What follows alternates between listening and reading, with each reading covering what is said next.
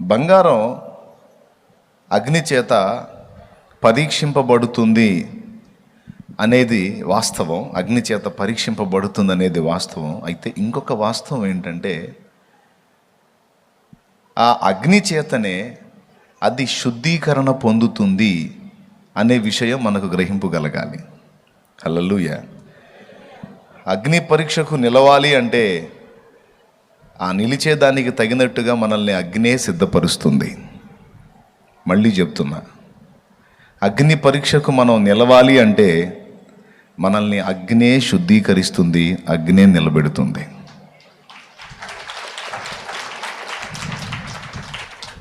ఒక వచనం ప్రశ్నను ఇస్తే ఒక వచనం జవాబు ఇస్తుంది. అగ్ని పరీక్షకు ఎలా నిలవగలుగుతాను నేను అంటే అగ్నే నిలుపుతుంది. అందుకే అంటాడు, శోధింపబడిన మీదట నేను సువర్ణమై మార్పు చెందుతాను.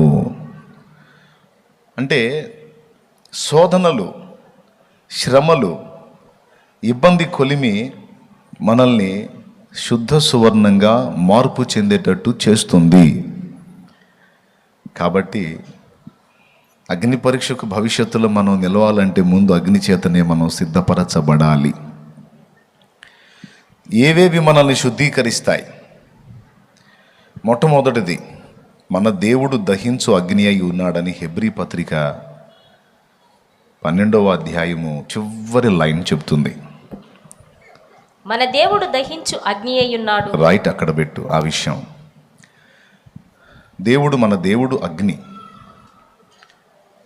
రెండవది, పరిశుద్ధాత్మ అభిషేకము మనల్ని శుద్ధీకరిస్తుంది. పరిశుద్ధాత్మ అభిషేకము, మళ్ళీ చెప్తున్నాను, ఆత్మాభిషేకం. అపోస్తలుల మీదకి ఆయన ఎలా దిగి వచ్చాడని రాసుంది అపోస్తలుల కార్యం 2వ అధ్యాయంలో. మన శుద్ధీకరణ కొరకు దేవుడు వాడుతున్న 3 సంగతులు, 3 రకములైన అగ్ని. సింపుల్ మెసేజ్, బాగా తీసుకోండి మైండ్లోకి. ఇది మన శుద్ధీకరణ కొరకు, రేపు ఎదురయ్యే అగ్ని పరీక్షలో మనం నిలుచుట కొరకు ముందుగానే దేవుడు మన శుద్ధీకరణ కొరకు దేవుడు వాడుతున్న 3 విధములైన అగ్ని. మొట్టమొదటిది అపోస్తలుల కార్యములు 2వ అధ్యాయంలో పెంతెకోస్తు పండుగ నాడు వారంతా మేడగది మీద గ్యాదర్ అయినప్పుడు వారు ప్రార్థన చేస్తూ ఉన్నారు. 10 దినాలు దేవుడు ఇచ్చిన వాగ్దానం నెరవేరటం కోసం కనిపెట్టుకున్నారు. ఆ వాగ్దానపు నెరవేర్పు 10వ రోజు వారు పొందారు. వారంతా కూడి ఉన్నటువంటి ప్రదేశం అంతా కూడా మరి వెలుగుతో నింపబడింది. అగ్ని నాలుకలుగా విభాగింపబడి వారిలో ఒక్కొక్కరి మీద రాలగా వారు దాదాపు 14-15 రకాల భాషలతో, అన్య భాషలతో దేవుణ్ణి మహిమపరిచారు. బాగా గమనించాలి, అగ్నిగానే వారి మీదకి ఆయన వచ్చాడు. మీరు పరిశుద్ధాత్మలోనూ అగ్నితోనూ బాప్తిస్మం పొందుతారు అని యోహాను చెప్పాడు. అవునా? పరిశుద్ధాత్మతోనూ అగ్నితోనూ మీరు బాప్తిస్మం పొందుతారని చెప్పాడు. సో శుద్ధీకరణకు దేవుడు వాడుతున్న మొదటి అగ్ని అభిషేకము. Okay, number 1. నంబర్ 2, రెండవది, శుద్ధీకరణ కొరకు దేవుడు వాడుతున్న మరొక అగ్ని ఆయన వాక్కు, దేవుని వాక్యం. ఇర్మియా గ్రంథంలో అంటాడు, నా మాట అగ్ని వంటిది కాదా, బండలను బ్రద్దలు చేయు సుత్తె వంటిది కాదా అంటాడు. కాబట్టి శుద్ధీకరణ కొరకు ఆయన మనకి వాక్యమును ఉదకము చేత స్నానం చేయించడానికి వాక్యాగ్నిని, వాక్య ఉదకాన్ని మన కొరకు సిద్ధపరిచాడు, అది మనకు అనుగ్రహించాడు. సో మన శుద్ధీకరణ కొరకు దేవుడు వాడిన లేదా వాడుతున్న మరొక అగ్ని వాక్యాగ్ని. చూడండి, మనలో ఏ చెత్త, ఏ కల్మషం దాగి ఉన్నా వాక్య ఉపదేశం వెలువడుతున్నప్పుడు కాల్చబడతా ఉంటుంది. Praise the lord, hallelujah. So మారుమూలలో దాగిన చెత్తని కూడా సమస్తము కాల్చగల శక్తి అగ్నికి ఉంది కనుక ఆ అగ్ని పేరు వాక్యాగ్ని. ఓకేనా? మనం నా కన్నుల కన్నీరు తుడిచిన యేసయ్యకే అనే పాటలో తన వాక్యముతో నన్ను కాల్చిన యేసయ్యకే, యేసయ్యకే ఆరాధన ఆరాధన ఆరాధన ఆరాధన. తన వాక్యముతో నన్ను కాల్చిన యేసయ్యకే, యేసయ్యకే ఆరాధన ఆరాధన ఆరాధన ఆరాధన ఆరాధన ఆరాధన ఆరాధన ఆరాధన ఆరాధన ఆరాధన. నా కన్నుల కన్నీరు. ఈ పాటలో మనం తన వాక్యముతో నన్ను కాల్చిన, వాక్యంతో కాల్చడం ఏంటి? దేవునికి స్తోత్రం కలుగును గాక. వాక్యంతో కాల్చడం ఏంటి అంటే ఇదే, మన ఆంతర్యంలో దాగి ఉన్న చెత్తని కల్మషాన్ని కాల్చేసే శక్తి వాక్యానికి ఉంది.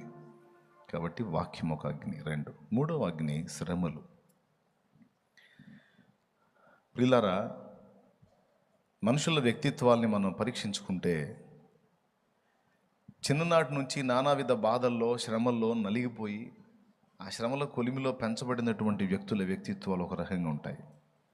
చిన్ననాటి నుంచి ఏ నొప్పి బాధ తెలియకుండా, ఏ సెగ తగలకుండా, ఏ అగ్ని తగలకుండా ప్రశాంతంగా పెరిగిన వాళ్ళ మైండ్ సెట్లు వేరుగానే ఉంటాయి. చిన్ననాటి నుంచి కూడా ఏ విధమైన శ్రమని రుచి చూడకుండా, ఏ నొప్పి తగలకుండా పెరిగినటువంటి వాడు అహంభావిగా, గర్విష్టిగా, ఇక వేరే వేరే మార్గాల్లో వాడు కనబడతాడు. చిన్ననాటి నుంచి నానావిధ శ్రమల చేత కొట్టబడి, గాయపరచబడి నలిగిపోయిన వాళ్ళ వ్యక్తిత్వం దీన మనసు, వినయం, సాత్వికం, మృదుత్వం అన్నీ వస్తాయి. మామూలుగా లోకపరంగా చూసుకున్నా కూడా, అవునా? మనం అనుకుంటాం ఆయనకి ఎందుకు తెలియదండి పాపం, కష్టపడి పైకి వచ్చినాడు, ఆయనకి మన బాధలు తెలుసు అందుకే అట్లా స్పందిస్తున్నాడు అంటాం. కష్టం అనే అనుభవం తెలియకుండా ఒకడు పెరిగాడు అనుకో, వాడికి ఏం తెలుసురా మన బాధలో?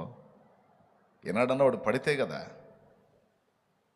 వాడికేరా బాబు శ్రీమంతుడి బిడ్డ, సమృద్ధి కలిగిన వాడి సంపన్నుడి బిడ్డ, వాడు చిన్ననాటి నుంచి కూడా సమృద్ధిగా పెరిగాడు కాబట్టి వాడికి మన బాధలు తెలియదు అనుకుంటాం.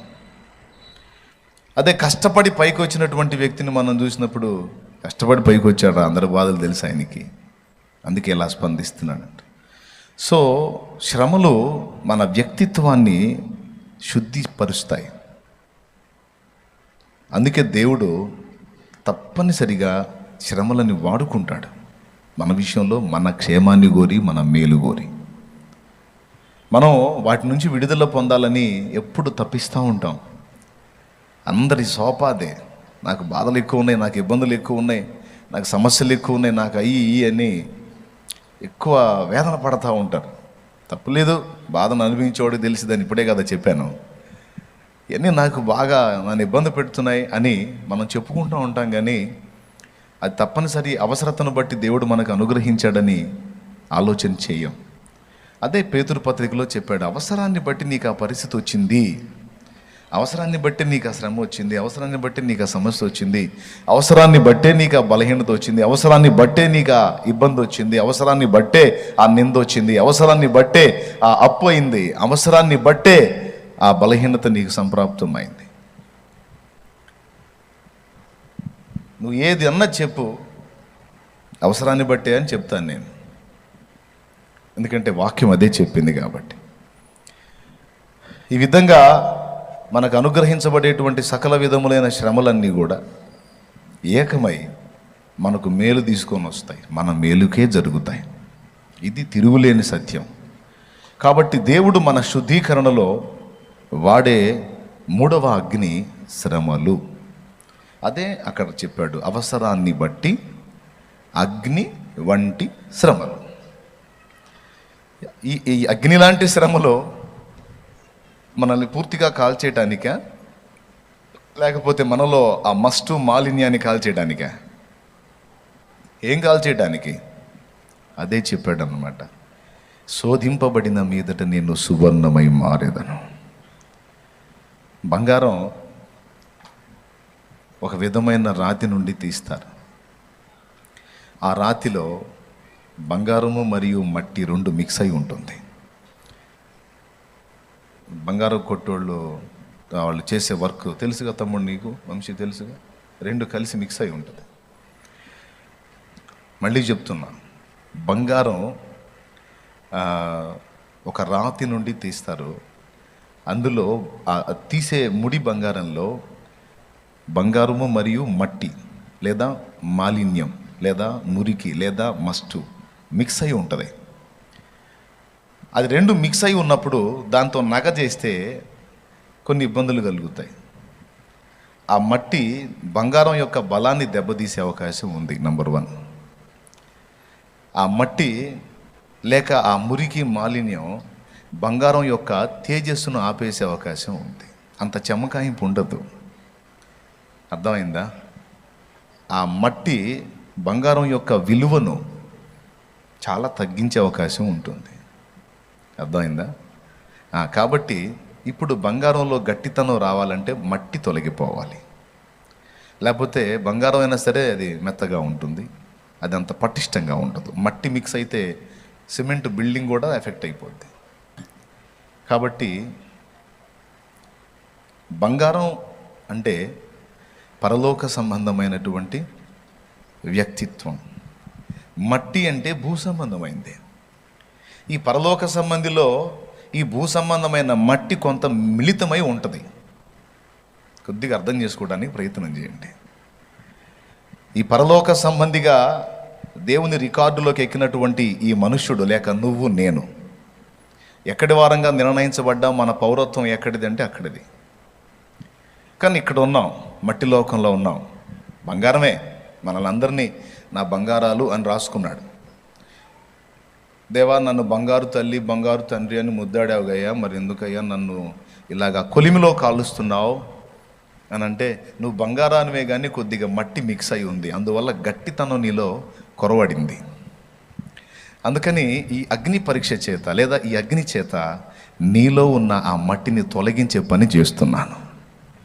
మట్టి ఎక్కడిది? ఇక్కడిది. బంగారం బంగారం దేనికి సాదృశ్యంగా ఉందంటే పరలోకానికి, పరలోక మహిమకు సాదృశ్యంగా ఉంది బంగారం. దేవునికి మహిమ. అదేందన్నా బంగారం అంటే ఇంకా పరలోకం అంటున్నా, బంగారం కంటే విలువైనవి చాలా ఉన్నాయి అని మీరు అంటారేమో. బంగారం కంటే విలువగా ఎంచబడ్డది ప్లాటినం ఒకటి ఉంది. ప్లాటినం బంగారం కంటే కూడా ఖరీదు. కానీ ఆశ్చర్యం ఏంటంటే ప్లాటినం స్టీల్, ఒరిజినల్ స్టీల్ లాగా ఉంటుంది. ప్లాటినంతో ఎవరైనా హారం చేయించుకున్నారు అనుకో, హారం చేయించుకొని, వడ్డాణం చేయించుకొని, చెవులకి చేయించుకొని, నెత్తి మీద ఇది చేయించుకొని, దేంతో? ప్లాటినంతో. పెళ్ళికి వెళ్ళారు అనుకో, మెంటల్ది ఏంటి అన్ని స్టీల్ పెట్టుకొని వచ్చింది అనుకుంటారు. ఇక ఆమె మనిషికి చెప్పుకోవాలి, అక్కయ్య ఇదేంటో తెలుసా, స్టీల్ అనుకున్నారు ప్లాటినం అని చెప్పుకోవాల్సి వచ్చింది. అదే గోల్డ్ పెట్టుకుందనుకో, అది రోల్డ్ గోల్డ్ అయినా సరే, చాలా పెళ్ళిళ్ళలో కనబడేది అదే. చాలామంది అమాయకంగా మోసపోతూ ఉంటారు. ఆమె చూసావా ఒళ్ళంతా దిగేసింది, బుస్సే, అంతా రోల్డ్ గోల్డ్ ఎక్కువ ఉంటుంది. ఒరిజినల్ గోల్డ్ పెట్టుకొని రావచ్చు, కానీ భర్త చెప్తాడు అన్నమాట, ఈ గోల్డ్ ఉంటే నిన్ను సాగు కొడతారు, అందుకని రోల్డ్ గోల్డ్ వేసుకో, ఒరిజినల్ ఉంటే ఉంది, అంతగా ఎవరైనా డౌట్ వచ్చి అడిగితే ఇంటికి వచ్చి చూపిద్దాం, ఇబ్బంది ఏం లేదు. అర్థమైందా? చాలా వరకు పెళ్ళిళ్ళలో మనకు కనపడేదంతా బుస్సు గోల్డే, అంటే రోల్డ్ గోల్డ్. కాబట్టి బంగారు వర్ణం ఉన్నటువంటి రోల్డ్ గోల్డ్ అయినా సరే దాని విలువే. అదేందో మరి, దాని వర్ణం తగిలితేనే ఆశ్చర్యంగా ఉంటుంది. అంతకంటే విలువైన ప్లాటినం అదంతా ఎన్నిక చేయబడదు. కాబట్టి ఇప్పుడు టాప్లో ఏది? బంగారమే. సో బంగారం పరలోకానికి, మట్టి భూలోకానికి గుర్తు. ఈ రెండు మిక్స్ అయిన వాడే మనిషి, ముఖ్యంగా రక్షింపబడినవాడు. రక్షింపబడినవాడు పరలోక పౌరుడు, పరలోక సంబంధి, లేక బంగారం. వాడు ఈ భూమిలో ఉన్నాడు. భూ సంబంధమైన ఆదాము సంబంధమైనటువంటి జీవం ఇంకా వాళ్ళలో పనిచేస్తున్న కారణం చేత కొంత మట్టి సంబంధమైన లక్షణాలు, మెంటాలిటీ, మైండ్ సెట్ ఉంటుంది. కొంత మట్టి వాసన ఉంటుంది. ఇది ఏమేం చేస్తుంది? బంగారానికి బలం తగ్గిస్తుంది, బంగారానికి వన్నె తగ్గిస్తుంది. ఈ మట్టితో అలాగున అమ్మటానికి మనం పెడితే దాని విలువ తగ్గుతుంది. అవునండి, ఇందులో మట్టి చాలా ఉంది, ఇది అంతా శుద్ధి చేసుకొని అంతా దీన్ని మేలేం చేయాలంటే ఎంత అయింది, ఎంత చాకిరి. ఇందులో మురికంతా తీసేసి మంచి బంగారం పక్కకు తీయాలంటే ఇప్పుడు ఇంత ఉంది, ఇదంతా మురికంతా పోయేసరికి ఇంత అయింది, మా గాడ కుదిరిద్ది, ఇంత ఇస్తాం అంటారు. దానికి ఎక్కువ విలువ ఉండదు. కాబట్టి దానికి తేజస్సు రావాలన్నా, దానిలో గట్టితనం రావాలన్నా, దానికి విలువ సరిగ్గా ఉండాలన్నా అదేం చేయబడాలి? మాలిన్యం అంతా తొలగిపోయి మేలిమి బంగారం కావాలి. కావాలంటే ఏం చేయాలి? తప్పదు, ఇక దాన్ని అగ్నిలో పెట్టాల్సిందే. కాబట్టి అగ్ని పరీక్షలో మనం శుద్ధ సువర్ణంగా రేపు అక్కడ కనబడాలి అంటే, అక్కడ అగ్నిలో మనం శుద్ధ సువర్ణంగా కనబడినట్లు భూమి మీదనే ముందు మనల్ని అగ్నిలో వేసి కాల్చి మురికి తీసేసి శుభ్రపరిచి అక్కడ తీసుకొని నిలబెట్టి చూసుకుంటాడన్నమాట.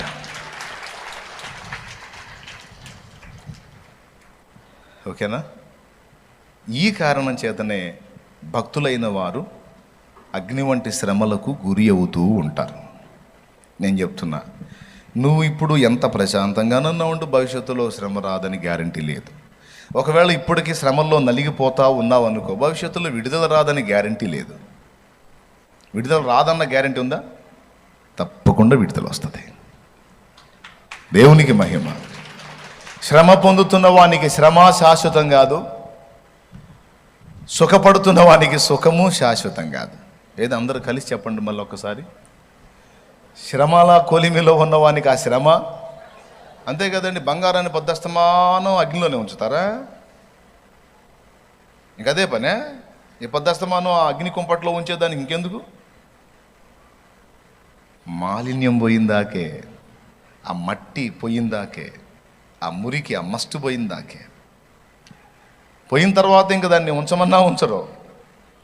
ఇక ఏదన్నా ఎప్పుడన్నా వేయాలంటే టెస్టింగ్ కోసం వేయటం తప్ప సమస్య లేదు. కాబట్టి మనకు తెలియకుండా చాలా ఉంటాయి. మనం బంగారమే అనుకుంటాం, మన ఫీలింగ్ మనకి. కానీ మనలో ఉన్న మురికి, మాలిన్యం మనకు కాదు, మన సృష్టికర్తకు కనపడతా ఉంటుంది. ఏబు గురించి మొన్న చెప్పాను నేను. తన గురించి తనకి ఉన్న ఫీలింగ్, ఏబు గురించి ఏబుకున్న ఫీలింగు నేను చాలా పర్ఫెక్ట్ అని. కానీ ఏబులో ఏదుందో మట్టి వాసన, అదంతా కూడా దేవుడు గుర్తించాడు. దాన్ని తొలగించడానికే ఏబును పరీక్షానాళికలో పెట్టాడు, అగ్నిలో పెట్టాడు, శుద్ధి చేసి చివరికి ఏబు తన్ను తాను ఎరిగేటట్టు చేసి తను దేవుని ముందు ఒప్పుకునేటట్టు చేశాడు. మనకు తెలీదు.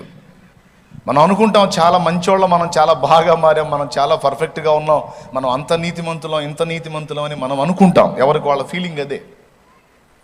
పౌలంతటి మహనీయుడు ఏమన్నాడో తెలుసా? నా యందు నాకు ఏ దోషము కానరాదు, కానీ నన్ను పరీక్షించువాడు ప్రభువే అన్నాడు. నన్ను విమర్శించువాడు ప్రభువే. నన్ను నేను విమర్శించుకోవాలంటే నా దగ్గర నాకే లోపం కనపడదు, నాకే తప్పు కనపడదు, నా దగ్గర నాకే వంకర కనపడదు. కానీ ప్రభు నన్ను చూసినప్పుడు ఎన్ని కనపడతాయో నేను చెప్పలేను. కాబట్టి నా దృష్టి కాదు, ప్రభు దృష్టికి నేను ఎలా ఉన్నానన్నది ముఖ్యం. ఏబు గ్రంథంలో ఉన్న మాటే ఇది. శోధింపబడిన మీదట, ఏబు గ్రంథము 23వ అధ్యాయము 10వ వచనం ఒకసారి చూడండి. నేను నడుచు మార్గము ఆయనకు తెలియను, ఆయన నన్ను శోధించిన తరువాత నేను సువర్ణము వలె కనబడుదును. ఈ నడకలో రకరకాల పరిస్థితులు ఎదురవుతున్నాయి. నేను నడుస్తున్న మార్గం నాకు అర్థం కావట్లా. వెళ్తున్నా, అట్లా పడి వెళ్తున్నా, కానీ నాకు అర్థం కావట్లా. కానీ నాకు ఒకటి అర్థమైంది ఏంటంటే, నేను వెళ్ళుచున్న మార్గము నా దేవునికి తెలుసు. నాకు తెలియాల్సిన అవసరం లేదు. నాకు తెలిసినా తెలియకపోయినా తెలియాల్సిన వాడికి తెలుసు. ఎవరికి తెలుసు? నా ప్రభువుకు తెలుసు. కాబట్టి నా మార్గం నాకు అర్థం కానంత మాత్రాన నేను ఇబ్బంది పడాల్సిన అవసరం లేదు. నన్ను నడిపించి ఆయన చేతికి నేను అప్పగించుకున్నాను. ఆయనే నన్ను నడిపిస్తున్నాడు. చూడండి, నేను నడుచు మార్గము ఆయనకు తెలియను. తర్వాత ఆయన నన్ను శోధించిన తరువాత నేను సువర్ణము వలె కనబడుదును. అద్దుగో, ఎప్పుడు సువర్ణమే కనపడతాడంట? శోధించిన తరువాత, అంటే పరీక్షించిన తరువాత, పరిశోధనలో ఉంచిన తరువాత, కుంపటిలో నన్ను కాల్చిన తరువాత, శుద్ధీకరణ చేసిన తరువాత, నాలో ఉన్న మట్టి, మురికి, మాలిన్యం తొలగించిన తరువాత నేను సువర్ణం, శుద్ధ సువర్ణమై కనపడతాను. హల్లెలూయా. అందుకు భక్తుడు పాడుకున్నారన్నమాట ఇదే పదాలని. ఈరోజు నువ్వు నడుస్తున్న మార్గం నీకు అర్థం కాకపోవచ్చు. నెక్స్ట్ మజిలీ ఏంది, తర్వాత పరిస్థితి ఏంది, ఇప్పటిదాకా ఎలాగా వచ్చామో అర్థం కాలేదు. కానీ మొత్తానికి ఈ మజిలీకి వచ్చాం. ఇక నుంచి ఇక తర్వాతి మజిలీ ఏంటి అనేది అర్థం కావట్లే. కానీ నీకు అర్థం కాకపోయినా నిన్ను నడిపించే దేవునికి సమస్తము తెలిసే ఉంది. అందుకని ఒక్కసారి పైకి లేచి నిలబడి, నేను వెళ్ళే మార్గము నా యేసుకే తెలియును. దేవుని వైపు చూడు, దేవునికి వెళ్ళే చూడు. ఏ ఆలోచన రానియద్దు. నిండు మనసుతో, పరవశంతో. శోధింపబడిన మీదట ఈ 3 విధములైన అగ్ని చేత నిన్ను శుద్ధీకరణ చేయటానికి, నీకు బలం ఇవ్వడానికి, నీకు తేజస్సునివ్వటానికి దేవుడు పూనుకున్నాడు. బంగారంలో మట్టి ఉంటే 3 నష్టాలు: బలం ఉండదు,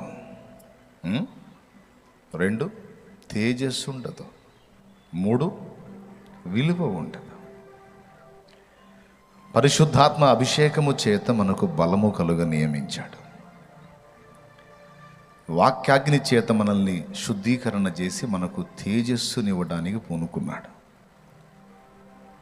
అలాగే శ్రమల కొలిమి చేత మనల్ని శుద్ధీకరణ చేసి మనలో ఉన్న ఆ విలువలేని స్థితి అంతటిని తొలగించి విలువైన వ్యక్తులుగా మార్చడానికి దేవుడు పూనుకున్నాడు.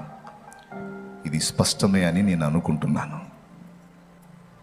అందుకే దేవుడు అగ్నిని వాడుతున్నాడు. నీ మార్గం నీకు అర్థం కాకపోవచ్చు, కానీ దేవునికి బాగానే అర్థమవుతుంది. భయపడకు.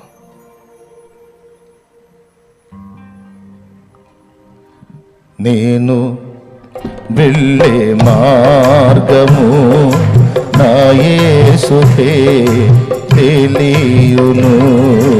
నేను వెళ్ళే మార్గము నా యేసుకే తెలియును. శోధింపబడిన మీదట నేను సువర్ణమై మారెదను. శోధింపబడిన మీదట నేను సువర్ణమై మారెదను. నేను వెళ్ళే మార్గము నా యేసుకే తెలియును. నేను వెళ్ళే మార్గము నా యేసుకే తెలియును.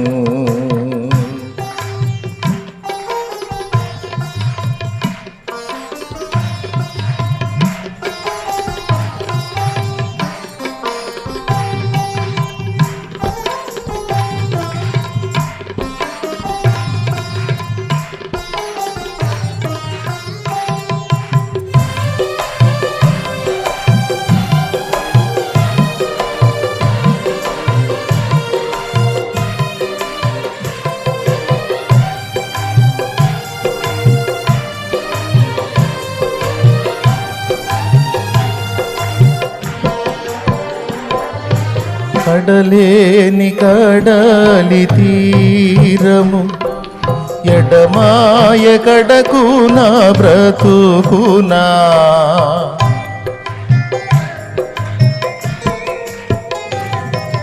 కడలేని కడలి తీరము ఎడమాయ కడకునా బ్రతుకునా గురిలేని తరుణాన వేరువగా నాదరిని నిలిచేవనా ప్రభు గురిలేని తరుణాన వేరువగా నాదరిని నిలిచేవనా ప్రభు నేను వెళ్ళే మార్గము నా యేసుకే తెలియును నేను వెళ్ళే మార్గము నా యేసుకే తెలియును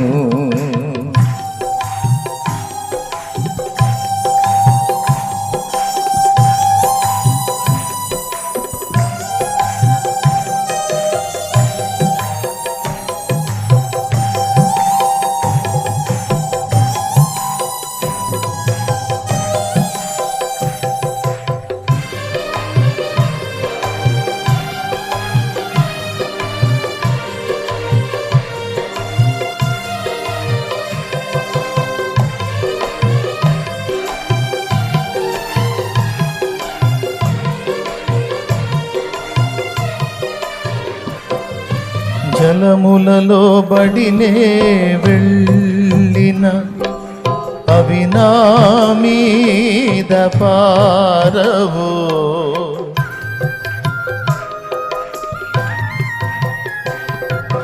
జలములలో బడినే వెళ్ళిన అవి నా మీద పారవు అగ్నిలో నేను నడచినను జ్వాలలు నన్ను కాల్చజాలవు అగ్నిలో నేను నడచినను జ్వాలలు నన్ను కాల్చజాలవు నేను వెళ్ళే మార్గము నా యేసుకే తెలియును నేను వెళ్ళే మార్గము నా యేసుకే తెలియును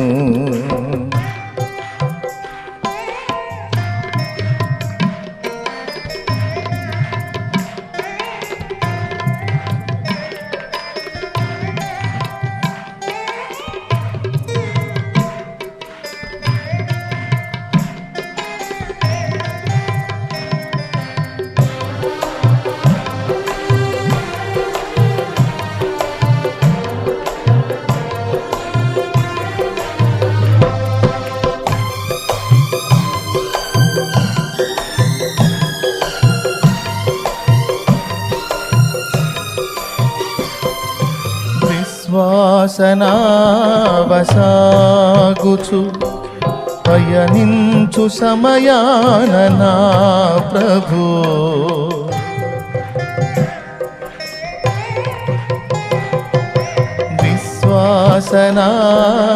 విశ్వాసనావసాగుచు పయనించు సమయాన నా ప్రభు సాతాను సుడిగాలి రేపగా నా ఎదుటే నిలిచేవనా ప్రభు సాతాను సుడిగాలి రేపగా నా ఎదుటే నిలిచేవనా ప్రభు నేను వెళ్ళే మార్గము నా యేసుకే తెలియును నేను వెళ్ళే మార్గము నా యేసుకే తెలియును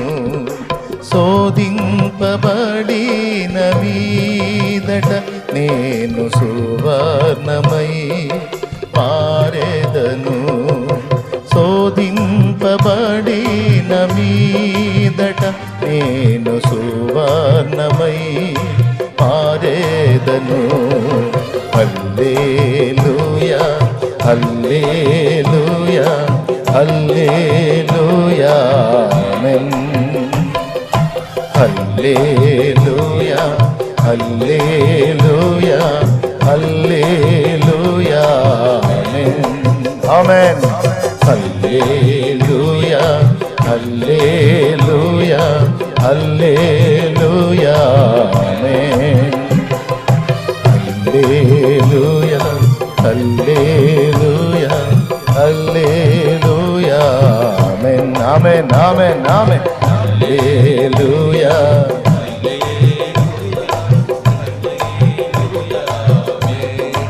ఆమేన్. హల్లెలూయా హల్లెలూయా హల్లెలూయా ఆమేన్.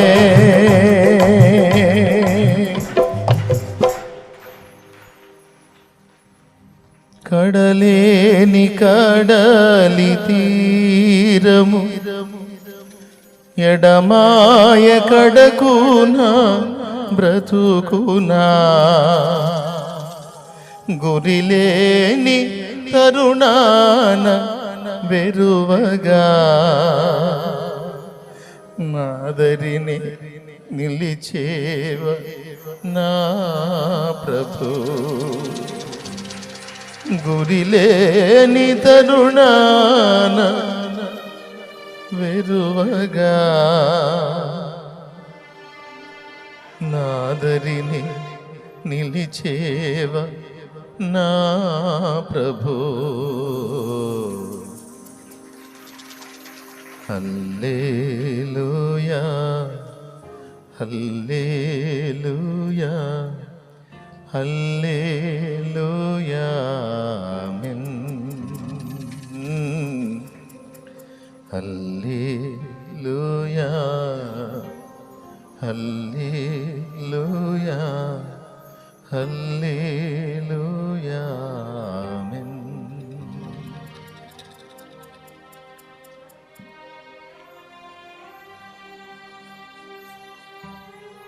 ప్రార్థన. స్తోత్రం స్తోత్రం స్తోత్రం స్తోత్రం స్తోత్రం. పరిశుద్ధుడైన ప్రభువా మీకు వందనాలు, స్తోత్రాలు, కృతజ్ఞతాస్తుతులు నాయన.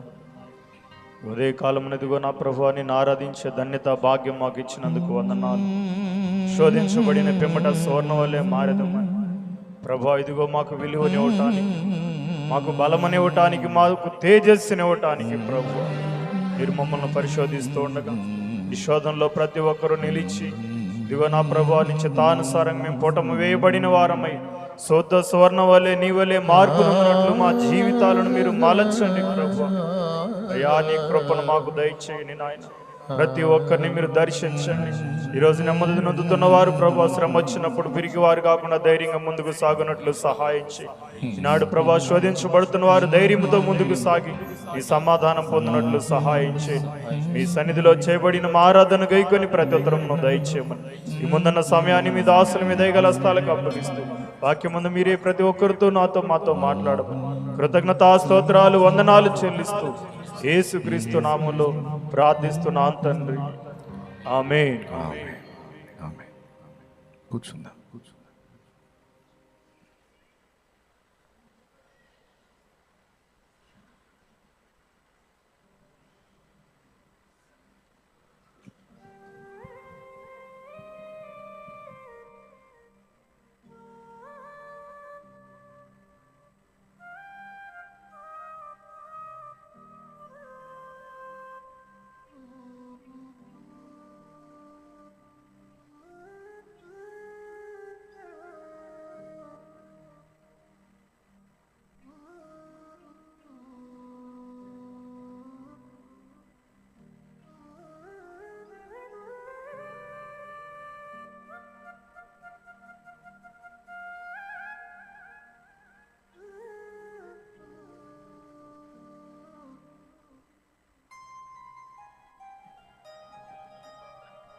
Praise lord. హల్లెలూయా. ప్రభువైన యేసుక్రీస్తు నామములో మీ అందరికీ హృదయపూర్వక వందనాలు. లైవ్లో ఈ ప్రార్థనా కూటమిలో నాతో ఏకీభవిస్తున్న సోదరి సోదరులందరికీ కూడా వందనాలు. మీరంతా క్షేమమే కదా? మీరు క్షేమంగా ఉండాలని మీకోసం మానక ప్రతిరోజు ప్రార్థన చేస్తున్నా. ప్రభునందు ప్రియ దేవుని బిడ్డలారా, దేవుని వాక్యాన్ని చదువుకుందాం.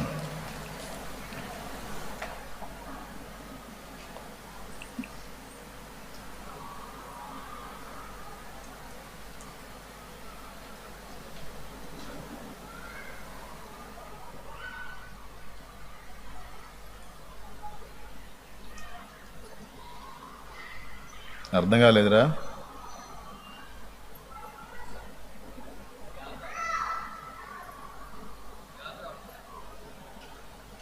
అర్థం కాల? ఆమె కాదురా,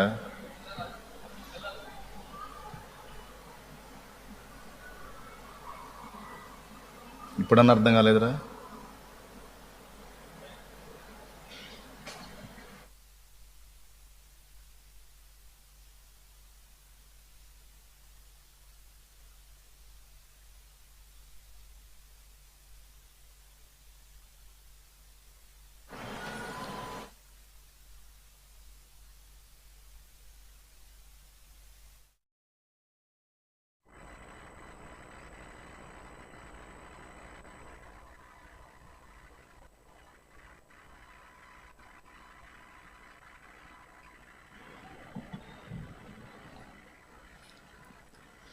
బైబిల్ గ్రంథంలో నుంచి లూకాసు వార్త 17వ అధ్యాయము. లూకాసు వార్త 17వ అధ్యాయము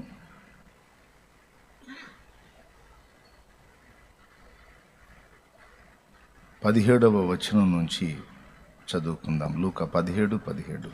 అందుకు యేసు 10 మంది శుద్ధులైరి కారా? ఆ 90 ఎక్కడా? ఈ అన్యుడు తప్ప దేవుని మహిమపరచుటకు తిరిగి వచ్చిన వాడెవడును అగపడలేదా అని చెప్పి, నీవు లేచిపోము, నీ విశ్వాసము నిన్ను స్వస్థపరచునని వానితో చెప్పాను. చిన్న మాట ప్రార్థన చేసుకుందాం. తండ్రి, నీ మాటల కొరకు మిగులు ఆశతో మేమున్నాం కానీ మనుషుని మాటల కొరకు కాదు. గనుక నా ప్రభువా, నీవే మాతో అందరితో కూడా మాట్లాడండి. నాతో మాట్లాడండి తండ్రి. నన్ను బలపరచండి. మాతో మా అందరి కాపుదల మాకందరికి నీ దయచేసి కృప చూపి దీవించమని, మాతో ముచ్చటించుమని యేసుక్రీస్తు అద్వితీయ నామంలో ప్రార్థించి వేడుచున్నాం తండ్రి. ఆమేన్, ఆమేన్. ప్రభునందు ప్రియులారా, ఇక్కడ జరిగిన సన్నివేశం బహుశా మీ అందరికీ తెలిసే ఉంటుందని నేను అనుకుంటున్నాను. ఏమిటి ఆ సన్నివేశం అంటే, యేసు ప్రభు మార్గాన వెళుతూ ఉండగా త్రోవలో ఆయనకి 10 మంది కుష్ఠరోగము చేత బాధపడుతున్న వ్యక్తులు తారసపడ్డారు. వాళ్ళు దూరాన నిలిచి ప్రభువా మమ్మను కరుణించు అని కేకలు వేశారు. యేసు ప్రభు రోగాల మీద అధికారం కలిగిన వాడని, దయ్యాల మీద అధికారం కలిగిన వాడని, ఆయన ఆజ్ఞాపిస్తే దయ్యాలు వెళ్ళిపోతాయి, రోగాలు కూడా వెళ్ళిపోతాయని వారు తెలిసే ఉన్నారు. గనుక ప్రభువును చూసినప్పుడు వాళ్ళు ఆయన్ని అర్థించారు. అయ్యా, మా మీద కనికరపడు, మమ్మల్ని కరుణించు, ఈ కుష్ఠరోగము చేత సమాజానికి కుటుంబాలకి దూరమైపోయాం, వెలివేయబడిన జీవితాలు జీవిస్తున్నాం అని మొర్ర పెట్టుకున్నారు. యేసయ్యకు కనికరం కలిగింది. పాపం బాధపడుతున్నారు అని, సరే మీరు వెళ్ళండి, వెళ్ళి యాజకునికి కనబరుచుకోండి అన్నాడు. ఒక కుష్ఠరోగముతో బాధపడేటువంటి వ్యక్తి యాజకుని దగ్గరికి ఎప్పుడు వెళ్ళాలి అంటే, ఆ వ్యాధి తగ్గిపోయినప్పుడు, దాని తాలూకు ఏది కూడా లేనప్పుడు చెకింగ్ కోసం యాజకుడి దగ్గరికి వెళ్ళాలి. యాజకుడు ఆ కుష్టు పొడ లేక ఆ గాయాలు తగ్గిపోయినాయా, ఉన్నాయా, మానినయా, మానలేదా అని నిర్ధారణ చేసి, అదంతా కూడా పూర్తిగా తొలగిపోయింది, ఇతడు కంప్లీట్గా స్వస్థత పొందాడు, బాగుపడ్డాడు, ఆరోగ్యవంతుడు అయ్యాడు అని అతడు నిర్ధారిస్తే అప్పుడు అతడు సమాజంలోకి వెళ్ళి యాజకుడికి చెల్లించాల్సినవి కొన్ని ఉంటాయి. దేవుని సన్నిధిలో చెల్లించాల్సినవి కొన్ని ఉంటాయి. అవి చెల్లించి అతడు స్నానం చేసుకొని వెళ్ళి తన కుటుంబంలో సమాజంలో మళ్ళా కలుస్తాడనమాట. ఒకవేళ ఆ బలహీనత తగ్గలేదనుకో, ఇక జీవితాంతం అతడు అలాగా ఎడారిలో బ్రతకటమే, అంటే సమాజానికి దూరంగా వెలివేయబడిన జీవితంలో ఉండటమే. ఈ బలహీనత వచ్చినటువంటి వాళ్ళకి గాయాలు అవుతాయి, కానీ నొప్పి అర్థం కాదు. గాయాలు అవుతాయి కానీ నొప్పి అర్థం కాదు. చేతులు అలాగ బెండ్ అయిపోయి వాటికి కట్లు కట్టుకున్నారు. చీము రక్తాలు కారుతూ ఉంటే కాళ్ళకి కట్లు కట్టుకున్నారు. అంత వికారంగా ఉంది వాళ్ళ పరిస్థితి. జాలి పడ్డాడు, కనికర పడ్డాడు. సరే మీరు వెళ్ళిపోయి యాజకుడికి కనపరుచుకోండి అన్నాడు. ఇదేంటి, జబ్బు తగ్గితే కదా యాజకుడికి వెళ్ళి చూపించుకోవాలి? మా పుళ్ళు పచ్చిగానే ఉన్నాయి, మా గాయాల నుండి చీము రక్తాలు కారుతానే ఉన్నాయి. ఈ స్థితిలో ఉండగానే వెళ్ళి యాజకుడికి కనపరుచుకోమంటున్నాడు ఏమిటి అని వాళ్ళల్లో వాళ్ళు అనుకుంటే, ఒకడు అన్నాడు, ఆయన వెళ్ళి యాజకుడికి కనపరుచుకో అని చెప్పాడు అంటే మనకి జబ్బు తగ్గిపోయిద్ది, ఖాయం. అందుకే ఆయన ఆ మాట చెప్పాడు. ఇంకా సందేహం ఏముంది? మళ్ళీ ఆయనకి ఎదురు చెప్పటం ఎందుకు, ఆయన ప్రశ్నించడం ఎందుకు? ఆ ప్రభు చెప్పినట్టు మనం వెళదాం పదండి అని ఒకడు అన్నాడు. అప్పుడు మిగిలిన వాళ్ళు అయి ఉండొచ్చులే, సరే వెళదాం, చెప్పాడుగా. ఒకవేళ అక్కడికి వెళ్ళినాక తగ్గకపోతే అప్పుడే మళ్ళీ వచ్చి బోధకుడిని అడుగుదాం అనుకొని బయలుదేరారు. కొంచెం దూరం వారు మార్గమున పోవుచూ ఉండగా వాళ్ళ చేతుల నుంచి ఆ కట్లు ఊడిపోతున్నాయి. వాళ్ళ కాళ్ళ కట్టిన కట్లు ఊడిపోతున్నాయి. అంటే పుళ్ళు పచ్చిగా ఉంటే కట్టుని పట్టేస్తాయి, ఆ తడి కట్టును అలాగా పట్టేస్తుంది. కానీ వీళ్ళు మార్గమున పోవుచూ ఉండగా, ప్రభు మాట చొప్పున వారు నడుచుచూ ఉండగా ఆశ్చర్యం జరిగింది, ఒక అద్భుత కార్యం జరిగింది. కొన్ని సంవత్సరాలుగా వాళ్ళు ఇబ్బంది పడుతున్న ఆ జబ్బు ఆ క్షణాన వాళ్ళని వదిలిపెట్టి వెళ్ళిపోవటం జరిగింది. ఆ కట్లు లూజ్ అయిపోయి ఊడిపడ్డాయి, కాళ్ళ కట్లు ఊడిపడ్డాయి. వాళ్ళకి అర్థమైపోయింది, రే నా వేళ్ళు మామూలుగా వచ్చిందిరా. నా వేళ్ళు తర్వాత 9 మంది ఏమో యేసు ప్రభు చెప్పినట్టు యాజకుడికి కనపరుచుకోవడానికి వెళ్ళారు. ఒకడు మాత్రం యేసు చెప్పనిది చేశాడు. యేసు ప్రభు ఏం చెప్పాడంటే, మీరు వెళ్ళి యాజకుడికి కనపరుచుకోండి అని కదా చెప్పాడు. 9 మంది దారిలోనే శుద్ధులై స్వస్థత పొంది యాజకుని దగ్గరికి వెళ్తే, అతడు సమరయుడు అని వ్రాయబడి ఉంది. వాస్తవంగా యూదులు సమరయులతో సాంగత్యం చెయ్యరు. మిగిలిన 9 మంది యూదులు, ఈ ఒక్కడే అన్యుడు అంటే సమరయుడు. ఈ సమరయుడు లేక ఈ అన్యుడు వెనక్కి తిరిగి వచ్చాడు, యేసుప్రభు దగ్గరికి వచ్చాడు. ఎలా వచ్చాడో అక్కడ రాసుందండి. చూద్దాం ఒకసారి, మీరు చూస్తారా? లూకాసు వార్త 17వ అధ్యాయము 14వ వచనం నుంచి చదవండి. ఆయన వారిని చూచి, మీరు వెళ్ళి మిమ్మల్ని యాజకులకు కనపరుచుకునుడని వారితో చెప్పెను. వారు వెళ్ళిచుండగా శుద్ధులైరి. వారిలో ఒకడు తనకు స్వస్థత కలుగుట చూచి గొప్ప శబ్దముతో దేవుని మహిమపరచుచు, ఎట్లా ఎర్రి కేకేశాడు, పెద్ద కేకేశాడు. వాళ్ళంతా ఉలిక్కి పడ్డారు. రే ఏమొచ్చిందిరా, అంతలా నరిచావు? నాకు తగ్గిపోయింది, నన్ను స్వస్థపరిచాడు, దేవుడు నన్ను బాగు చేశాడురా. నా వేళ్ళు మామూలుగా వచ్చినాయి, నా కాళ్ళు మామూలుగా వచ్చినాయి, చీము రక్తాలు గారే నా గాయాలు కట్టబడ్డాయి, నేను బాగుపడ్డాను అని ప్రభుకి స్తోత్రాలు చెప్పటం మొదలుపెట్టాడు గొప్ప శబ్దముతో. చిన్న శబ్దంతోనా, గొప్ప శబ్దంతోనా? గొప్ప శబ్దముతో. సరేలే, మాకు కూడా తగ్గిందిలే, కానీ మేము నీలాగా అరవట్లే. మాకు కూడా తగ్గింది కానీ మేము నీలాగా హడావుడి చేయట్లే. ఎవడరా నువ్వు గోలగోలు చేస్తావు, అన్యుడు అనిపించుకున్నావు, బుద్ధి తక్కువ కూడా. సరే పదా, యాజకుడికి చూపించుకుందాం పదా అంటే నేను రాను. ఆ? ఎందుకని? నేను రాను. మీరు ఇశ్రాయేలీలు, మీరు ఆ సమాజంలో కలవాలి అంటే మీరు యాజకుడికి చూపించుకోవాలి. నేను అన్యుండిరా, నా యాజకుడు అక్కడున్నాడు. మన ప్రధాన యాజకుడు మనకంటే ముందుగా వెళ్ళెను. మన ప్రధాన యాజకుడు మనకంటే ముందుగా వెళ్ళెను.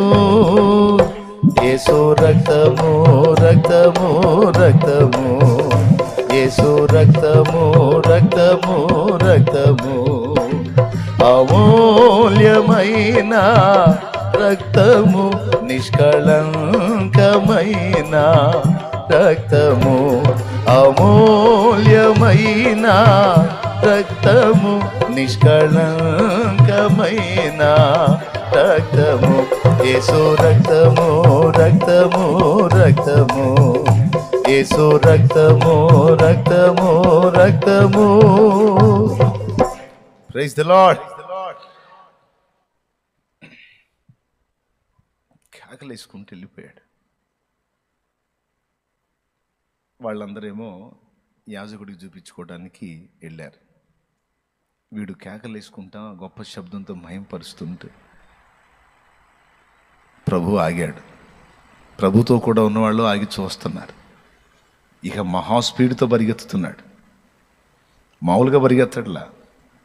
ఎక్కడికో తెలుసా? కొన్ని సంవత్సరాలుగా తన వారి నుండి వేరుపరచబడి దుర్గంధపూరితమై కురూపిగా మారి అసహ్యుడైపోయి సొంత వాళ్ళు సైతం అతనికి ఏదన్నా సహాయం చేయాలంటే ఎడంగా నిలిచి సహాయం చేసే ఆ దుర్భర జీవితం, ఈ బతుకు నాకొద్దు, చావు వస్తే బాగుండు అని తను ఎదురు చూసినటువంటి వ్యక్తి అలాంటి పరిస్థితుల నుంచి ఒకే ఒక్కసారి పూర్తిగా స్వస్థత పొంది మామూలు మనిషిగా మారిపోయినప్పుడు ఇక అతని ఆనందాన్ని ఏమని కొలవగలం, ఏమని చెప్పగలం? ఎంతో సంతోషంతో పులకించి పరవశుడై ప్రభువుని మహింపరుస్తూ దేవునికి కృతజ్ఞతలు స్తుతులు చెల్లిస్తూ శరవేగంతో పరిగెత్తుతున్నాడు యేసుప్రభు దగ్గరికి. అలాగూ పరిగెత్తి అలాగూ ప్రభు పాదాలు పట్టేసుకొని ఏడుస్తున్నాడు. అయ్యా, నేను బాగుపడ్డాను ప్రభా, నేను స్వస్థత పొందాను ప్రభా, నా కట్లు ఊడిపోయినాయి ప్రభా, నా వేళ్ళు మామూలుగా వచ్చినాయి ప్రభా, నేను బాగుపడ్డాను ప్రభా నీకు స్తోత్రం అయ్యా అని దేవుణ్ణి మహింపరుస్తున్నాడు. ఆయన పాదాల దగ్గర సాగిలపడ్డాడని ఉంది. సాగిలపడి ఏడ్చి స్తుతించి ప్రభువుని మహింపరిచి ఆనందిస్తున్నాడు. ప్రభువులో కన్నీళ్లతో ఆనందిస్తున్నాడు, ఆనంద బాష్పాలు రాలుస్తున్నాడు. పాపం యేసయ్య కాళ్ళ కాడ పడ్డోడిని చూడట్లా, కాళ్ళ కాడ సాగిల పడ్డోడిని చూడట్లా, వాని వెనక చూస్తున్నాడు.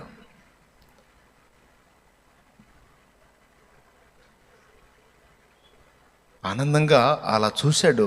కాసేపు ఎంతకీ వాళ్ళు కనపడరు. ఆనందంగా వాళ్ళ కోసం చూసి కనపడబోయేసరికి ఆయన మౌనం అయిపోయి 10 మంది బాగుపడలేదా? 10 మందికి స్వస్థత వచ్చిందే, ఆ 9 మంది ఏరి? ఈ అన్యుడు తప్ప వాళ్ళు రాలేదేమి అని ఆయన వానితో అన్నాడు. ఏమన్నాడు చూడండి. అందుకు యేసు 10 మంది శుద్ధులైరి కారా? ఆ 9 ఎక్కడా? ఆ 9 మంది ఏరి? ఈ అన్యుడు తప్ప దేవుని మహిమపరచుటకు తిరిగి వచ్చిన వాడెవడును అగపడలేదా అని చెప్పి, నీవు లేచి పొమ్ము, నీ విశ్వాసము నిన్ను స్వస్థపరచునని వానితో చెప్పెను. దేవునికి స్తోత్రం కలుగును గాక. హల్లెలూయా, హల్లెలూయా. ఈ అన్యుడు తప్ప దేవుని మహిమపరచడానికి ఇంకెవడనూ తిరిగి రాలేదా? బాగుపడుట ద్వారా యేసు ఎవరో వారు గుర్తిస్తారు అని యేసు ఆశించాడు. బాగుపడ్డారు కానీ బాగు చేసిన వాడిని పక్కన పెట్టారు. ప్రియులారా, ఈ వచనాన్ని నేను ఎందుకు చదివించానంటే, నిజంగా దేవుని సంబంధుల యొక్క పర్సంటేజ్ ఎలా ఉంటుందో ఇక్కడ మనకు ఒక సాక్ష్యం ఉంది. అందుకు యేసు చేత సంధించబడిన ప్రతి 10 మందిలో ఒకడే దేవుని కొరకు నిలిచేవాడుగా కనబడుతున్నాడు. అంటే 9 మంది, ప్రతి 10 మందిలో 9 మంది ఆయన్ని పక్కన పెట్టే వ్యక్తులుగానే కనపడుతున్నారు. ఒకవేళ ఇప్పుడు 10లో ఒకడు అంటే 100లో 10 మంది, 1000లో 100 మంది, అంటే దశమ భాగమే ఆయన ఆశించినట్టుగా ఆయన వైపు మళ్ళిన వాళ్ళు ఉన్నారు. కానీ మిగిలినటువంటి 9 భాగాలు ఆయనను పక్కన పెట్టినోళ్లే. బాగు చేసిన ప్రభువుకి కృతజ్ఞత చెప్పకుండా, బాగు చేసిన ప్రభువుని యాజకునిగా, ప్రధాన యాజకునిగా గుర్తించకుండా, బాగు చేసిన ప్రభువుని మహిమపరుస్తూ ఆయన పాదాల దగ్గరకు వచ్చి ఆయన పాదాలని పెనవేసుకోకుండా, సాగిల పడకుండా, రోగగ్రస్తంగా ఉన్నప్పుడేమో ప్రభువుని పిలిచి, బాగుపడిన తరువాత సమాజంలో కలిసిపోయి, ఏ సమాజంలో? వారు రోగగ్రస్తులుగా ఉన్నప్పుడు వెలివేసిన సమాజంలో.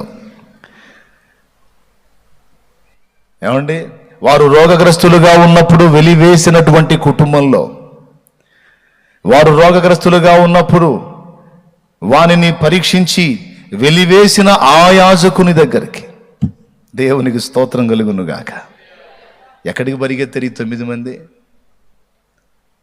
వారిని వెలివేసిన సమాజం దగ్గరికి, వెలివేసిన కుటుంబం దగ్గరికి, దీనంతటిని చూపించి నిర్ధారించినటువంటి యాజకుడు, వీడు కుష్ఠరోగి అని నిర్ధారణ చేసి నెట్టేపించిన వాడు.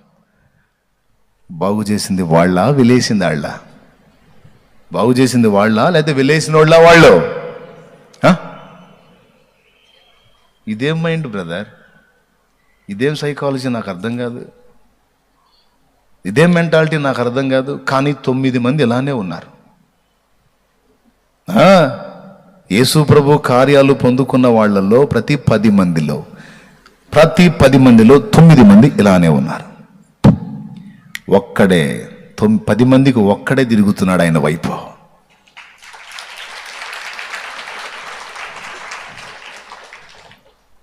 ఇప్పుడు చప్పట్లు కొట్టాలా, బాధపడాలా, చప్పట్లు కొట్టాలా?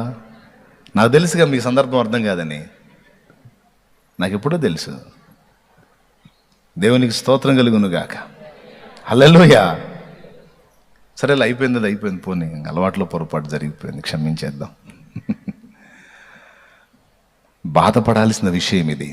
ఒకవేళ ఆ 9 మందిలో కొంపదీసి మనం ఉండకుండానట్లు జాగ్రత్త పడాల్సిన సంగతి ఇది.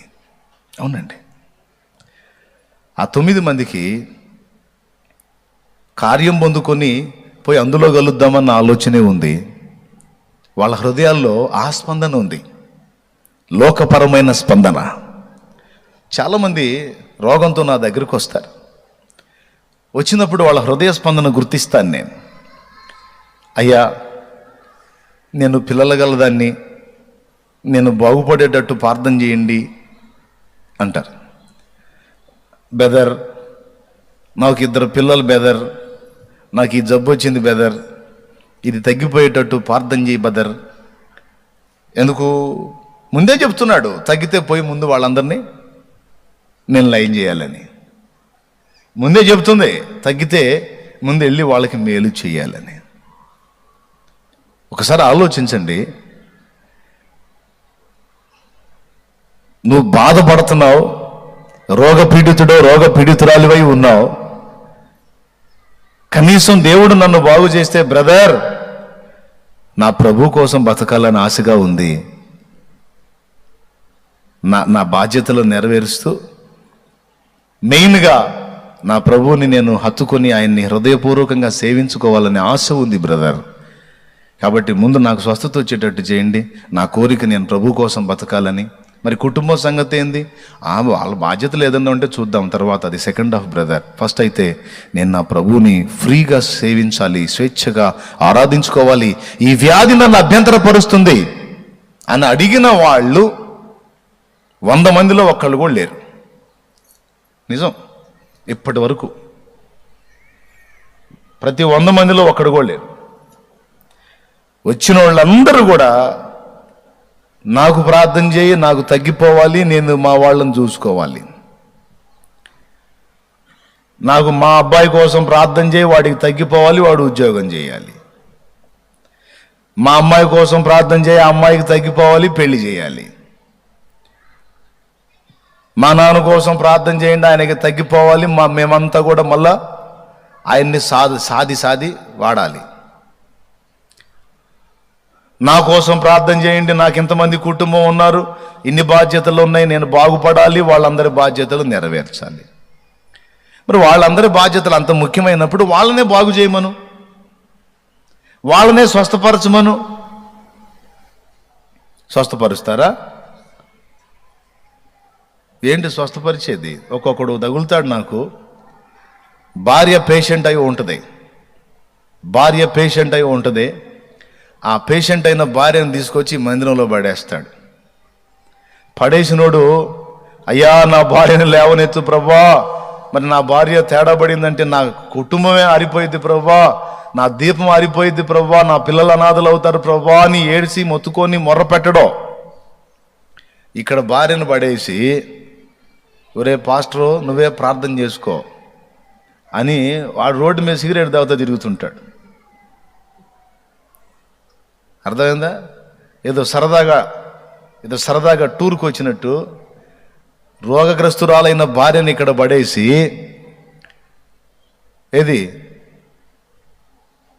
ఆడేవో రోడ్డు మీద తిరుగుతూ ఉంటాడు సిగరెట్ తాగుకుంటా. తాగి మళ్ళా లోపలికి వచ్చి, బయట దాగి ఎక్కడో ఆ రోడ్డు మీద దాగి లోపలికి వచ్చి, ఏంది మా ప్రార్థన చేశాడా పాస్టర్ గారు? చెల్లేదా? ఇంకా రాలేదా? ఇంకా రాకపోవటమైంది? సరేలే ఇప్పుడే వస్తా నాకు అని మళ్ళీ పోయి టీ దాగి మళ్ళీ సిగరెట్ దాగి వస్తుంటాడు. ఒక మాట అడుగుతున్నాను, ఆమె నేను ప్రార్థన చేస్తాను, స్వస్థత పొందిద్ది, బాగుపడిద్ది, దేవుడు స్వస్థపరుస్తాడు. స్వస్థపరిచినాక ఇక మందిరంలోనే ఉంచుతావా, తీసుకెళ్తావా? అంటే రోగం వస్తేనేమో బాగుపడేటట్టు ప్రార్థన చేసేది నేను, బాగు చేసేది ప్రభు, బాగుపడంగానే తీసుకొని పోయేది నువ్వా?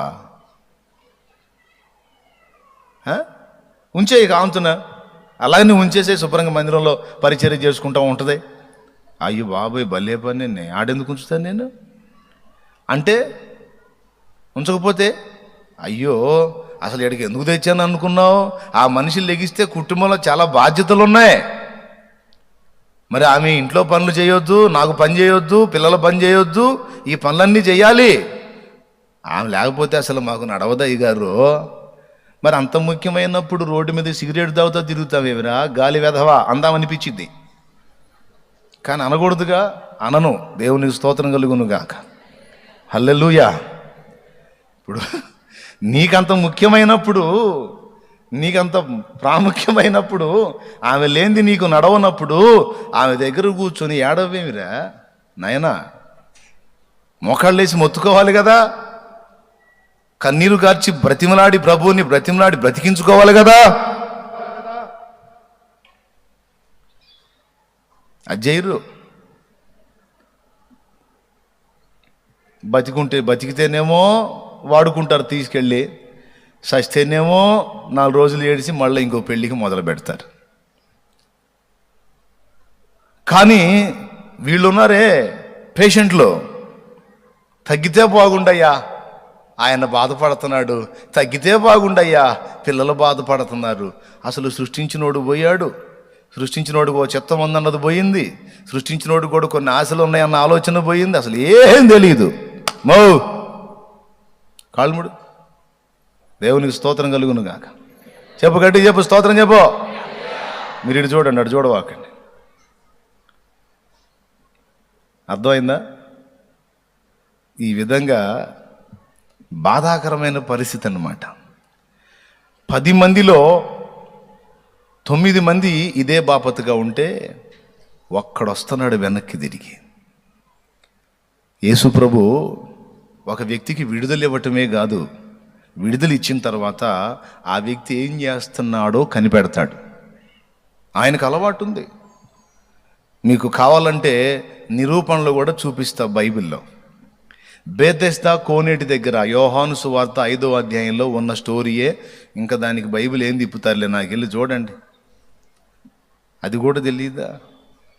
అదే 38 సంవత్సరాల సీనియర్ పేషెంట్ ఉన్నాడే, ఆ రోగగ్రస్తుడికి యేసు ప్రభు విడుదల ఇచ్చాడు. ఆ విడుదల ఇచ్చినప్పుడు అతడు స్వస్థత పొందిన తర్వాత ఎక్కడున్నాడో మళ్ళా అబ్జర్వ్ చేశాడు ప్రభు. అతడు దేవాలయములో కనపడ్డాడు. ఈ మాట ఉంది, తర్వాత ఇంటికి పోయినాక చదువుకోండి. ఒకటి. రెండవది, యోహాను సువార్త 9వ అధ్యాయంలో పుట్టు గుడ్డి అయిన మనుషుణ్ణి స్వస్థపరుస్తాడు. స్వస్థపరిచిన తర్వాత వాడు బాగుపడి యేసు ప్రభువును కలుసుకోవాలంటే ఆ ఊళ్ళో పెద్ద మనుషులు అడ్డుపడతారు. అడ్డుపడి వాడిని వెలేస్తారు. ఎందుకంటే వాడు గంభీరంగా చెప్తాడు, యేసు ప్రభు నన్ను బాగు చేశాడు అని. యేసు ప్రభు నన్ను స్వస్థపరిచాడనే సాక్ష్యం ఇచ్చిన కారణం చేత వాడిని వెలేస్తారు. వెలేసిన ఆ వ్యక్తిని యేసు ప్రభు మళ్ళా దర్శిస్తాడు. అంటే ఇక్కడ మనకేమర్థమవుతుందంటే, ఒక వ్యక్తి జీవితంలో కార్యం చేయటమే కాదు, ఆ కార్యం చేసిన ప్రభు కార్యం పొందినవాడు ఏం చేస్తున్నాడు, ఎలా ఉన్నాడు, వాని స్థితిగతులు ఎలా ఉన్నాయి అని పరీక్షించి చూస్తాడు. దేవునికి స్తోత్రం కలుగును గాక. హల్లెలూయా.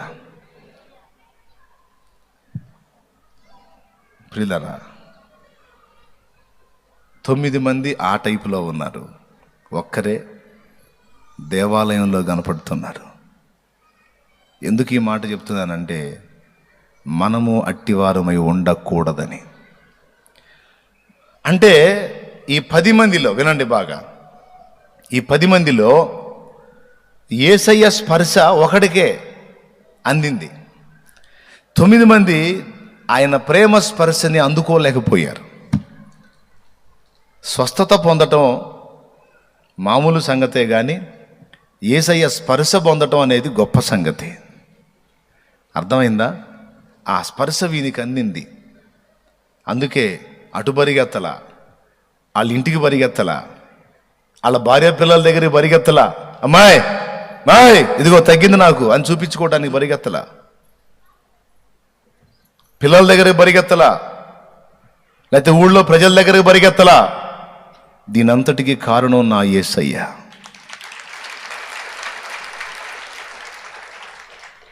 నేను ఆయన దగ్గరికి వెళ్ళాలి, ఆయన పాదాల దగ్గరికి వెళ్ళాలి అని ప్రభు కోసం పరిగెత్తాడు. ప్రియులారా, నేను ఒక్క విషయం చెప్తాను మీకు. యేసయ్య ప్రేమ స్పర్శ అర్థమైతే ఇక ఆయన పాదాల దగ్గర గడపకుండా మనం ఉండలేము. ఆయనను స్తుతించకుండా, మహిమపరచకుండా, ఆయన పాదాల దగ్గరికి పరిగెత్తకుండా ఉండలేము. దేవుని కార్యాలను రుచి చూసి కూడా ఒకడు ఉండగలుగుతున్నాడు దేవునికి దూరంగా అంటే వాడు ఇంకా అసలైన స్పర్శ పొందలేదు. వాడు యేసు ప్రభుని ఆయన కార్యాన్ని అయితే చూశాడు కానీ ఆయన ప్రేమ స్పర్శను అర్థం చేసుకోలేకపోయినాడు. అర్థం అయితే ఇక అతను ఆపటం ఎవడి వల్ల కాదు. ఇప్పుడు కొట్టాలి. ఇక ఆ మనిషిని ఆపటం ఎవరి వల్ల కాదు. ఉండలేడు ప్రభు పాదాల దగ్గరికి రాకుండా. ఏం కర్మ అండి మీకు అందరికీ? ఏం కర్మ రావాలని? కొంతమంది తెలివిగల్లోళ్ళు ఏం చర్చో ఏమో కరోనా వచ్చిద్దేమో లేనిపోయింది ఆడకపోతే అని చక్కగా ఇళ్లలో కూర్చుంటున్నారు. మీకేం కర్మ? పాపం ఇప్పటిదాకా చాకిరీ చేసుకొని కూడా వచ్చి ఉంటారు తొందరగా. మీ కష్టాలు, ఇంట్లో ఎన్ని కష్టాలు పాప, ఆ కష్టాలన్నీ పడి వచ్చి ఉంటారు. ఏ ఉండొచ్చుగా. ఇప్పుడు మీరు రాకపోతే నేనేమంటాను అన్నా, కొంచెం అదే కరోనా బలహీనతలు ఉన్నాయి కదా అందుకని ఆగేయాలి అన్నా అని హాయిగా వంక చెప్పొచ్చు. సూపర్గా దొరికింది ఇప్పుడు కరోనా వంక, ఎగొట్టేయచ్చు దేవుని సన్నిధికి. కానీ ఆగగలుగుతున్నారా? ఉండలేరు. ఎందుకంటే ఆయన పాదాల దగ్గర ఉన్న ఆనందం, ఆయన ప్రేమ స్పర్శలోని మాధుర్యం నీకు అర్థమైనందున నువ్వు ఇంటికాడ ప్రశాంతంగా ఉండలేవు.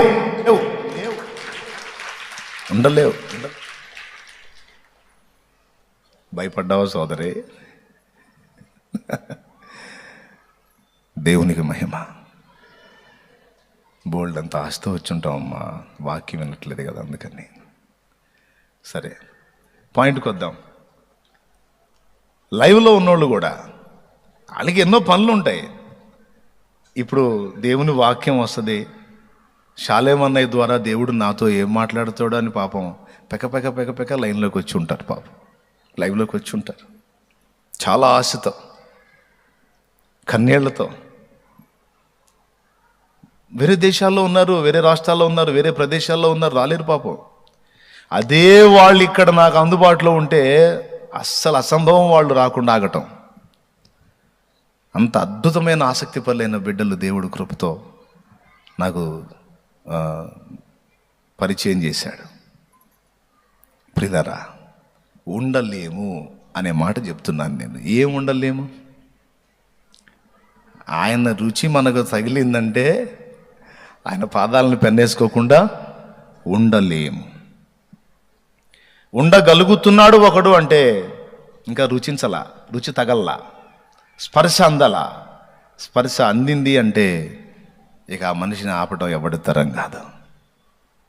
ఈరోజు రోగులందరూ కూడా గుర్తుపెట్టుకోవాలి, ఏ బలహీనతతో నీవు ఉన్నా ఫస్ట్ నువ్వు నిజంగా దేవుని స్పర్శ ఎరిగిన వ్యక్తివైతే, అన్నా ఈ జబ్బు, ఈ బలహీనత, ఈ బాధ, ఈ సమస్య, ఈ వ్యాధి, ఈ ఇబ్బంది నన్ను నా ప్రభుకి దూరం చేస్తుందన్న మోకాళ్ళు నీ ప్రార్థన చేయలేకపోతున్నాను, ప్రభు కోసం పరిగెత్తలేకపోతున్నాను, పరిశుద్ధులతో తిరగలేకపోతున్నాను, ప్రభు కొరకు ఉపచారం చేయలేకపోతున్నాను, ఇది నాకు పెద్ద ఆటంకంగా ఉందన్నా ప్రభు దీన్ని తొలగించి నేను ఇంకా ఫ్రీగా ఆయనను సేవించడానికి నాకు అవకాశం ఏర్పడినట్లు ప్రార్థన చేయన్నా అని అడిగితే నేను ఎగిరి గంతేసి ప్రార్థన చేస్తా.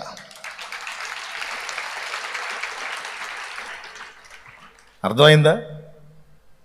ఎంతమంది అడుగుతారు అట్లా? ఎంతమంది అడుగుతారు?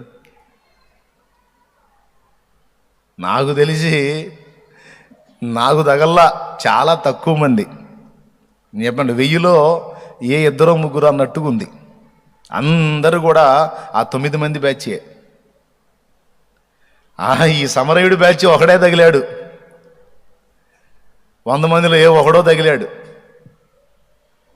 ఈరోజు ఈ లైవ్లో ఉన్నాళ్ళు కానీ తర్వాత వినేవాళ్ళు కానీ అందరూ కూడా గుర్తించాలి, మనం ఈ సమరయుని వలె ఉండాలి. ఓకే, ఫస్ట్ పాయింట్ అయిపోయింది. యేసయ్య ఏంటో అర్థమైతే, ఆయన కార్యం రుచించినట్లయితే, ఆయన స్పర్శను రుచి చూస్తే ఇల్లు పట్టదు, భార్య పట్టదు, భర్త పట్టడు, పిల్లలు పట్టడు, తల్లి పట్టదు, ఏమీ పట్టదు. వాళ్ళకి మెంటలు వచ్చింది నీ ప్రవర్తన చూసి. నీ పిచ్చి పట్టిపోయేటట్టున్నావు నువ్వు. అదే పిచ్చి అయిపోయింది. ఎక్కడ చాలామంది భక్తులను చూశాం కానీ మరి నీ ఎంత విడ్డూరం ఏడా చూడలేదయ్యా, ఏడా చూడలేదమ్మా, అమ్మో మరీ దారుణం నువ్వు అని నిన్ను అన్నారు అంటే ఒక గొప్ప సర్టిఫికేట్ వచ్చింది నీకు. దేవునికి స్తోత్రం కలుగును గాక. హల్లెలూయా. ఎందుకు ఉండలేవు?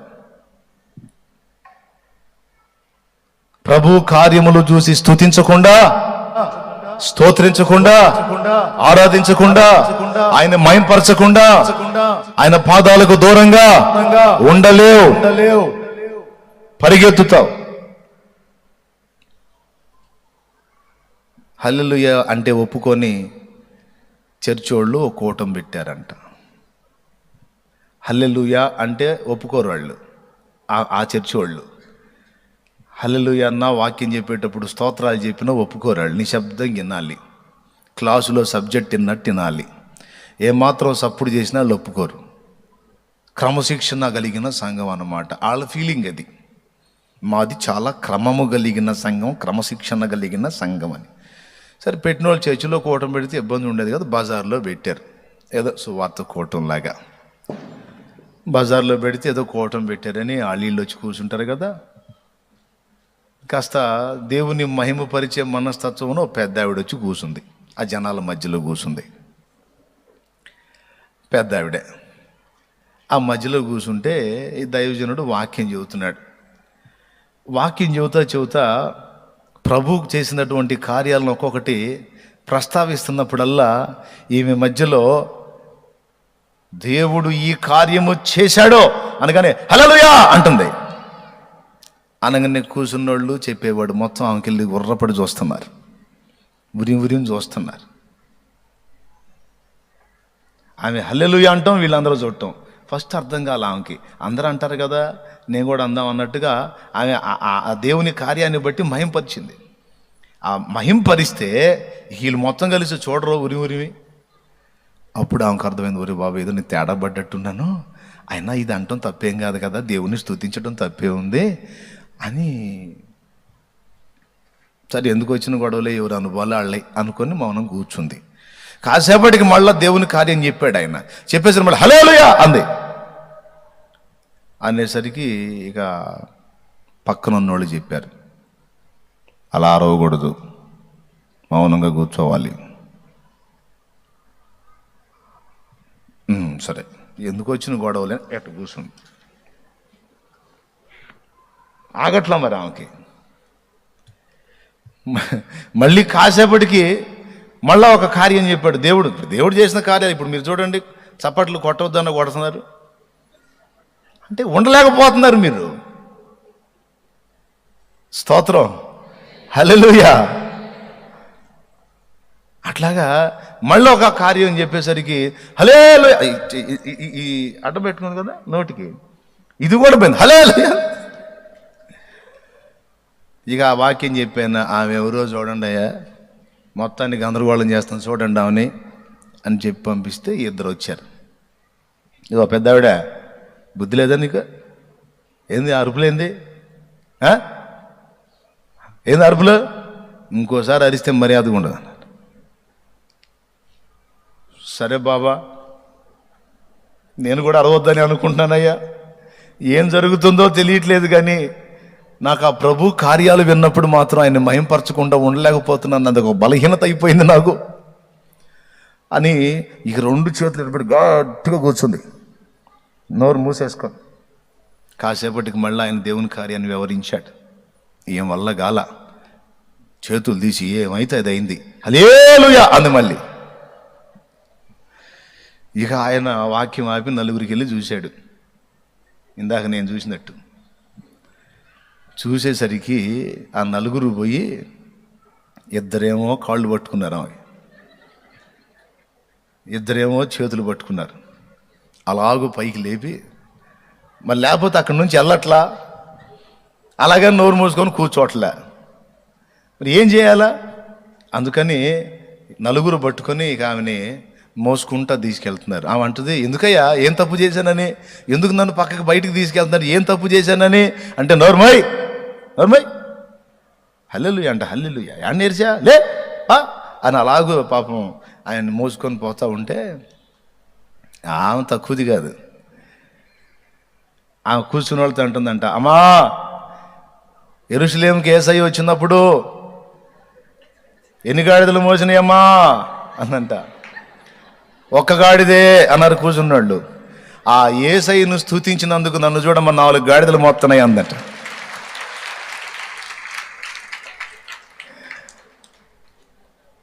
ఆయన్ని స్తుతించకుండా ఉండలేకపోయాను, ఆయన్ని స్తుతించినందుకు నాకు చూసావా ఎంత భోగం వచ్చిందో. 4 అడ్డగాడిదల చేత నన్ను మోపిస్తున్నాడు బయటికి. స్తోత్రం, హల్లెలూయా.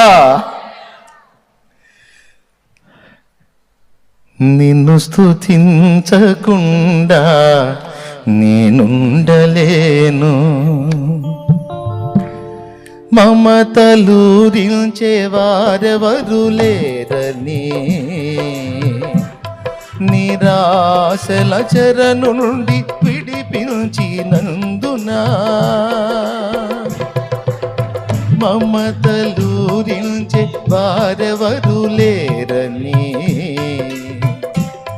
నిరాశల చెరను నుండి విడిపించినందున నిన్ను స్తుతించకుండా నేనుండలేను, నిన్ను స్తుతించకుండా నేనుండలేను.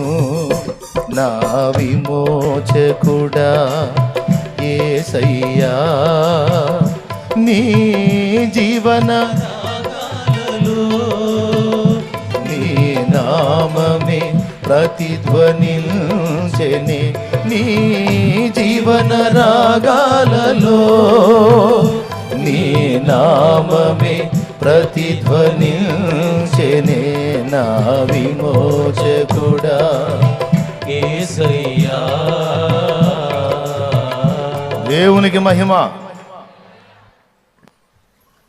కృతజ్ఞత చెల్లించకుండా ఉండలేరండి.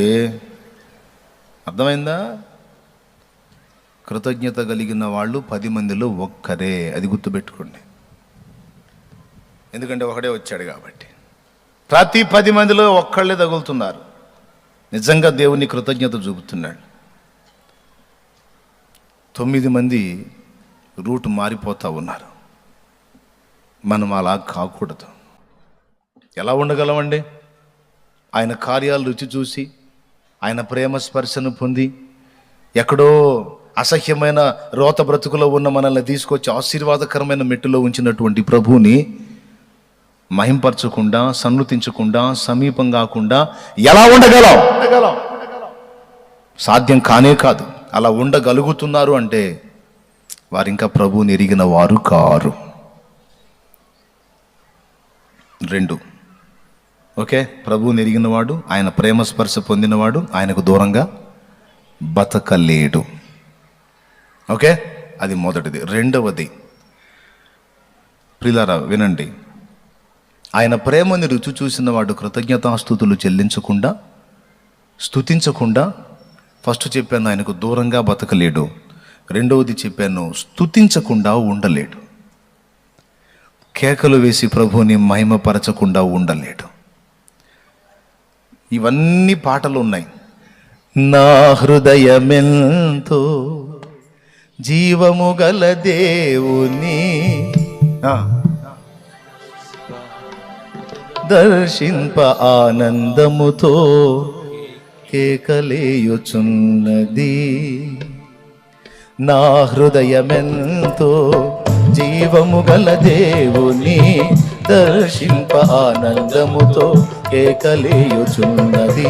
నా జీవమెంతో నీకై ఆశించే, నా దేహమెంతో నీకై ఆశించే, శాశ్వత కృపను నేను తలంచగా కాను కానైతిని నీ సన్నిధిలో. శాశ్వత కృపను నేను తలంచగా కాను కానైతిని నీ సన్నిధిలో, కాను కానైతిని నీ సన్నిధిలో. శాశ్వత కృపను నేను తలంచగా. దేవునికి మహిమ. హల్లెలూయా. ఆయన్ని సన్నుతించకుండా, స్తుతించకుండా ఉండలేం. పాట పాడేటప్పుడైనా, స్తుతించేటప్పుడైనా హృదయంలో నుంచి వచ్చేటట్టు జాగ్రత్త తీసుకోవాలి. పాడేవాళ్ళు వింటున్నారా? నేను కనిపెడతా ఉంటా, వీళ్ళు నోటితో పాడుతున్నారా, హృదయపూర్వకంగా పాడుతున్నారా అని. అందరూ గుర్తుపెట్టుకోండి. మైకు తీసుకొని నిలబడ్డప్పుడు ఫోజు చూపించడానికో, లేకపోతే మెలికలు తిరుగుతా జనాలు ఏం ఫీల్ అవుతున్నారో అని వాళ్ళ ముఖాలు చూసుకుంటా, ఆహా నా పనితనాన్ని జనం బాగా మెచ్చుకుంటున్నారా, పొగుడుకుంటున్నారా అని ఆలోచనలు చేసుకుంటా, చెత్త ఫీలింగ్స్తో పాడటం కానీ, వర్షిప్ చేయటం కానీ ఎప్పుడూ చేయకూడదు. ఎప్పుడైనా పాడినా, ప్రభువుని గురించి మాట్లాడినా ప్రభువు ఎదుట ఉన్నాడని గుర్తెరిగి ఆయన వైపు చూస్తూనే మాట్లాడాలి, ఆయన వైపు చూస్తూనే పాడాలి. ఒక పరవశం అనేది మన ఆంతర్యంలో నుంచి వచ్చిన నాడే నీ గొంతు ఎలా ఉన్నా, నువ్వు పాట ఎలా పాడినా అది నువ్వు పరవశిస్తూ, అనుభవిస్తూ, ఆనందిస్తూ, ఆస్వాదిస్తూ పాడితే ఆ స్పర్శ అవతల వాళ్ళకి తగిలి వాళ్ళు అందులోకి రాగలుగుతారు. ఈ పొడి పాటలు పొడిగా అంటే ఆ మనిషి ఫీలింగ్సే అర్థమవుతుంటాయి. పాడే ఏ ప్రభువుని గురించి పాడుతున్నాడో ఆయన వైపు చూస్తున్నాడా, లేకపోతే ఆయన పాట పాడితే ఇటు జనాలకి వెళ్ళి చూస్తున్నాడు అనేది అర్థమైపోయింది. అది డ్రైగా ఉంటుంది, అందులో ఏ జీవం ఉండదు. మళ్ళీ పాట దేవుని పాటే, అందులో ఏ జీవం ఉండదు. అన్యుల్ని చూసి నేర్చుకోండి. వాస్తవంగా అతనికి మన దేవుడు తెలియదు, కానీ అతడు ఫీల్ అయి పాడతాడు. ఎంత అతను ఏకంగా ఇప్పుడు ఏ దేవుడైతే ఏమని నమ్ముతారు వాళ్ళు, ఏ దేవుడైతే అందరూ ఒకటే అన్న ఫీలింగ్లో అన్యులు ఉంటారు. మనమేమో నిజమైన దేవుడిని ఎరుగున్నాం కాబట్టి మనం ఇంకా ఎక్కువ సమీపం కావాలి. అన్యులు నిజమైన దేవుణ్ణి ఎరగని వ్యక్తులు పాడారు చూడండి పాటలు. సుశీల వాస్తవంగా దేవుని సంబంధమైన దేవుని రక్షణ పొందిన మనిషి కాదు. బాలసుబ్రహ్మణ్యం దేవుని రక్షణ పొందినటువంటి వ్యక్తి కాదు. పాపం ఆయన బలహీనతలో ఉన్నాడట. ప్రభు ఆయన్ని స్వస్థపరచునుగాక. ఆయన వాస్తవంగా వేరే మార్గంలో ఉన్న వ్యక్తి ఆయన, కానీ ఆయన పాట పాడినప్పుడు చూసారా, నీ సృష్టిలో ఈ లోకమే నీవు మాకు ఇచ్చిన సత్రమయ్యా, ఆ సత్రములో యేసయ్యా నీకు స్థలమే దొరకలేదయ్యా, ఎంత దీన. మనం ఏడుస్తాం, ఆయన ఏడుతాడో లేదో తెలియదు, కానీ ఫీల్ అయ్యి పాడతాడు. అంటే ఆయననే చూస్తాడు పాడేటప్పుడు. సింగర్ ఎప్పుడైనా సరైనటువంటి వ్యక్తి ఎవరిని గురించి పాడుతున్నామో ఆ ప్రభువుని చూస్తాడు. కదిలింది కరుణరథం అనే పాట విన్నప్పుడు ఇప్పటికి విన్నా ఏడుపు వచ్చింది. ఇప్పటికి విన్నా కూడా. ఎందుకు పాడింది మళ్ళీ బాప్తిసం పొందినోడు కాదు, ప్రభువుని గురించి పూర్తిగా ఎరిగి ఉన్న మనిషి కాదు, కానీ అనుభవిస్తూ పాడాడు, ఆస్వాదిస్తూ పాడాడు, స్పర్శిస్తూ పాడాడు. అందుకే అది మనకు టచ్ అవుద్ది. తాకినంతనే స్వస్థతను సగిన తనువుపై కొరడా చెళ్ళంది, అమానుషాన్ని అడ్డుకోలేని అబలల ప్రాణం అల్లాడింది. కదిలింది కరుణరథం, సాగింది క్షమాయుగం, మనిషి కొరకు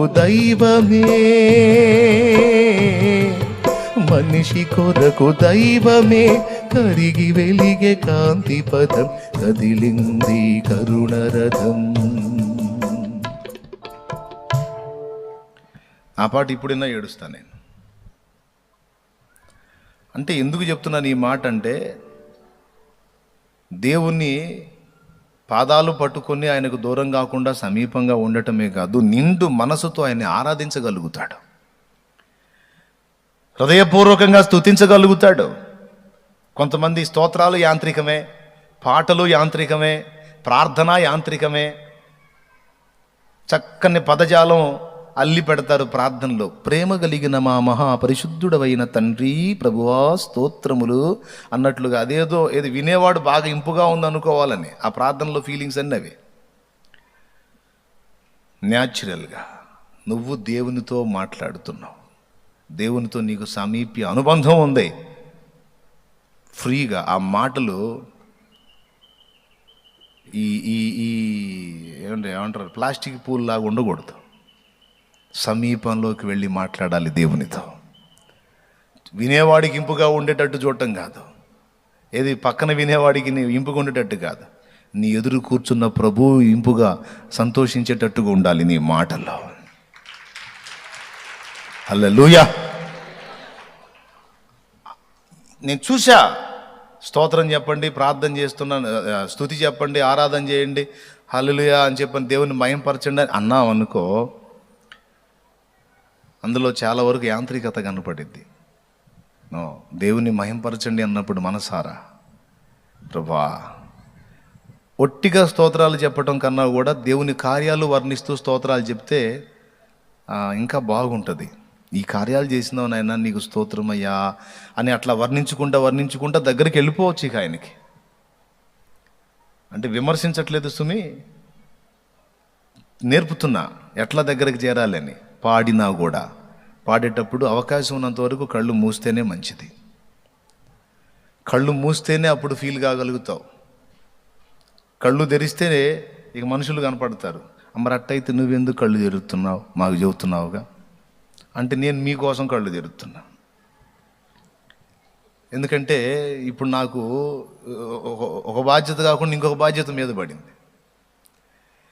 నేను ఆనందిస్తున్నా, నా పాటలో నా ప్రభువుని మయంపరుచుకుంటున్నా. దేవుడు నాకు ఇచ్చిన పాటలో నేను ఆనందిస్తున్నా, నేను సంతోషిస్తున్నా, నేను పరవశిస్తున్నా. మరి వీళ్ళకి ఆ అనుభవం ఉందా లేదా అని వెతుకుతున్నా. వీళ్ళు నన్ను మెచ్చుకుంటున్నారా లేదా కాదు, వాళ్ళు కూడా నాకు దేవుడిచ్చిన ఆత్మీయ స్పర్శ వాళ్ళకి అందిందా లేదా, వాళ్ళు కూడా పరవశిస్తున్నారా లేదా, వాళ్ళు కూడా ఆనందపడుతున్నారా లేదా, వాళ్ళు కూడా దేవుణ్ణి మయంపరుస్తున్నారా లేదా అని వెతుక్కుంటా.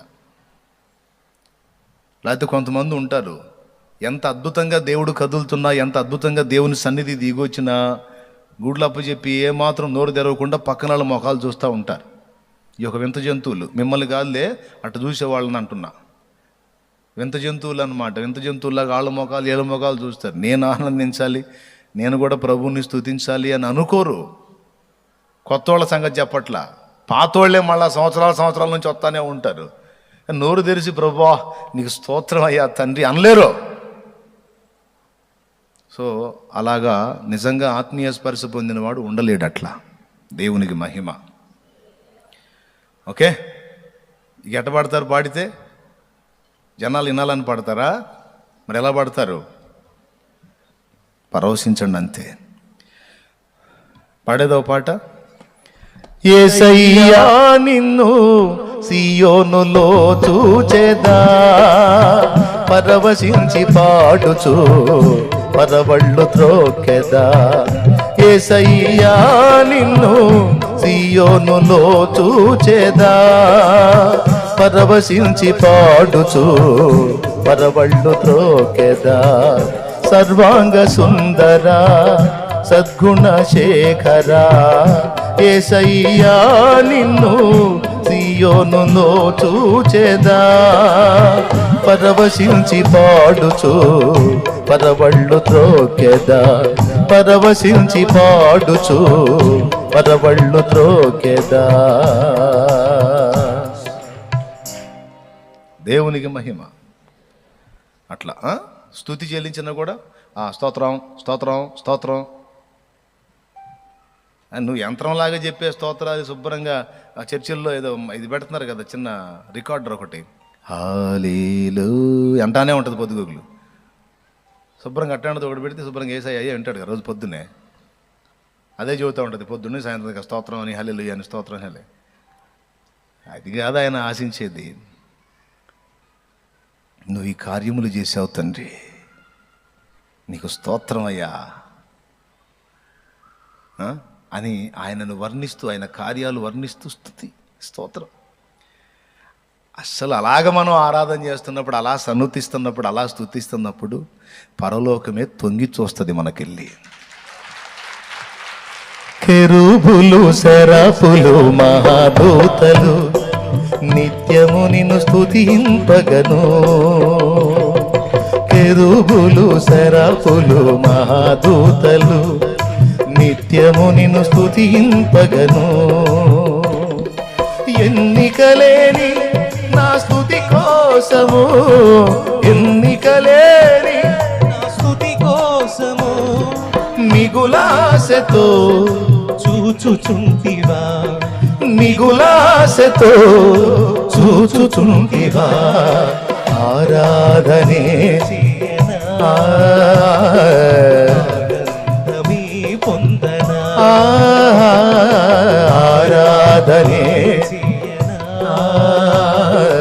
ఆనందమీ పొందనా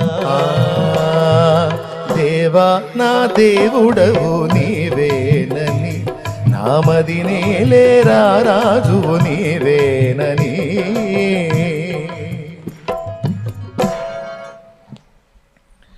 నేర్చుకోండి, పాస్టర్లు కూడా నేర్చుకోండి. పాడేటప్పుడు ఎప్పుడు కూడా పాట కదా పాడాలి కదా అని పాడద్దు. పాట పరవశిస్తూ పాడండి, అనుభవిస్తూ పాడండి, ప్రార్థన అనుభవిస్తూ చేయండి, స్తుతి అనుభవిస్తూ చేయండి. అప్పుడు అవతలి వాళ్ళలో కూడా ఆ కదలిక వస్తుంది. లేకపోతే తేడా పడుద్ది. అది డ్రైగా ఉంటుంది. ఆ పాట పాడారు, అయిపోయిందిలే, పాట అయిపోయింది అన్నట్టు ఉంటుంది. ఎట్లుంటుంది? ఈ స్తోత్ర ప్రార్థన చేశారు, అయిపోయిందిలే అన్నట్టు ఉంటుంది. అయ్యో అయిపోయిందా అన్నట్టు ఉండదు. Praise the lord. చెప్పండి గట్టిగా. స్తుతించకుండా ఉండలేం, ఆయన పాదాల దగ్గర రాకుండా ఉండలేం. అయిపోయింది కదా. మూడవది, దేవునితో సహవాసంలో ఉన్న మాధుర్యం అర్థమైతే ఆయనతో ఏకాంతంగా గడపకుండా ఉండలేం. మన అంశం ఏందనుకున్నా ఈరోజు? ఉండలేం. అది అంశం. ఆయనతో ఏకాంత ప్రార్థనలో ఆయనతో మాట్లాడుకోకుండా ఉండలేం. అర్థమైందా? అదొక బలహీనత అయిపోద్ది. పొద్దున్న లేగిస్తే ఆయనతో కూర్చోవాలి. క్యాబ్ దొరికితే పోయి కూర్చుంటూ ఉంటాం. ఒట్టిగా గడపం. ఎందుకు? ఆయన మాటల మాధుర్యం, ఆయన సాంగత్యంలో ఉన్న ఆనందం మనకు అర్థమైంది కాబట్టి ఇక మనుషులతో గడపటం ఇష్టం ఉండదు. సోదరా, నీళ్ళు ఎంతమందికి ఉంది అనుభవం? ఆయనకు దూరంగా ఉండలే, కొంచెం అవకాశం దొరికినప్పుడు ఆయనతో మాట్లాడుకుందాం, ఆయనతో గడుపుదాం అని. ఎక్కడ నాకు ఏకాంతం దొరికిద్ది, ఎప్పుడు నాకు ఆ ఒంటరితనం దొరికిద్ది అని దేవులాడుతుంటాం. ఉందా మీకు ఆలోచన? ఉంటే ధన్యులే. అబ్బా, ఈ మనుషులు నన్ను ఎప్పుడు వదిలిపెడతారు, ఈ ఒత్తిడి నాకు ఎప్పుడు తొలగిపోయిద్ది, నేను పోయి ఆయనతో కూర్చోవాలి, ఆయనతో చాలా మాట్లాడుకోవాలి అనిపిస్తుందా? అస్సలు మన వల్ల కాదు. ఇక అదొక బలహీనత మనకి. ఒక్క పూట మనం మాట్లాడుకోలేకపోయినామంటే చాలా వేదనగా ఉంటుంది. అయ్యో ఈరోజు నేను తండ్రితో కూర్చోలేకపోయానే, మాట్లాడుకోలేకపోయానే, ఎదురు చూసి ఉంటాడే, ఏమనుకొని ఉంటాడో. నిజంగానే చూస్తాడు ఆయన. నువ్వు వచ్చే టయానికి వచ్చేస్తాడు ఆయన. బిలాం దగ్గరికి డైలీ వెళ్ళేవాడు. అట్లాగా మన కోసం వస్తాడు. మనం ప్రార్థన చేసే స్థలానికి వచ్చి కూర్చుంటాడు. నా బిడ్డ వస్తుంది, నా బిడ్డ వస్తాడని. మనం వెళ్ళలేకపోయినప్పుడు ఇక ఆయన వెళ్ళిపోతాడు. బాగాలేదు ఈరోజు, ఉండలేము ప్రార్థించకుండా, ఆయనతో గడపకుండా, ఏకాంతంగా ఆయనతో మనసు విప్పి మాట్లాడుకోకుండా ఉండలేం. ఉండగలుగుతున్నావంటే ఇంకా నీకు ఆ రుచి తగల్లా. అడగాలి నువ్వు దేవుణ్ణి, దేవా నీ దాసుడు చెప్పిన అనుభవాలన్నీ నాకు కావాలి ప్రభువా, అవే నాకు వరాలుగా ఇవ్వు నాయన.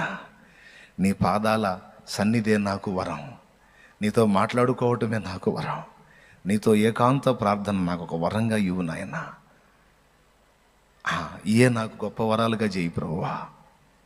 అంతకు మించిన వరం ఏముందండి? యేసయ్యే వరాలన్నిటికంటే గొప్ప వరం. వరాల మూటంతా యేసయ్యే కదా మన వరాల మూటంతా. వెండి బంగారాలు, ధనకనక వస్తువాహనాలు, వరాల మూటలన్నీ ఒక పక్కన పెట్టి ఆయన వచ్చి ఒక పక్కన కూర్చున్నాడు అనుకో. ఇప్పుడు మీరు అవి కోరుకుంటారా, ఆయన కోరుకుంటారా? అవి కోరుకుంటారా, ఆయన కోరుకుంటారా? అయ్యేందుకు? ఆయన ఒక పక్కన కూర్చొని చూస్తూ ఉంటాడు. అవి కావాలి, నేను కావాలని. బల్లేవాడు, నాకెందుకు ప్రభు అయ్యే, నాకు నీ పాదాలు కావాలి, నీ సన్నిధి కావాలయ్యా. అప్పుడు దగ్గరికి తీసుకుంటాడు. అయ్యే వద్దా? ఎందుకయ్యా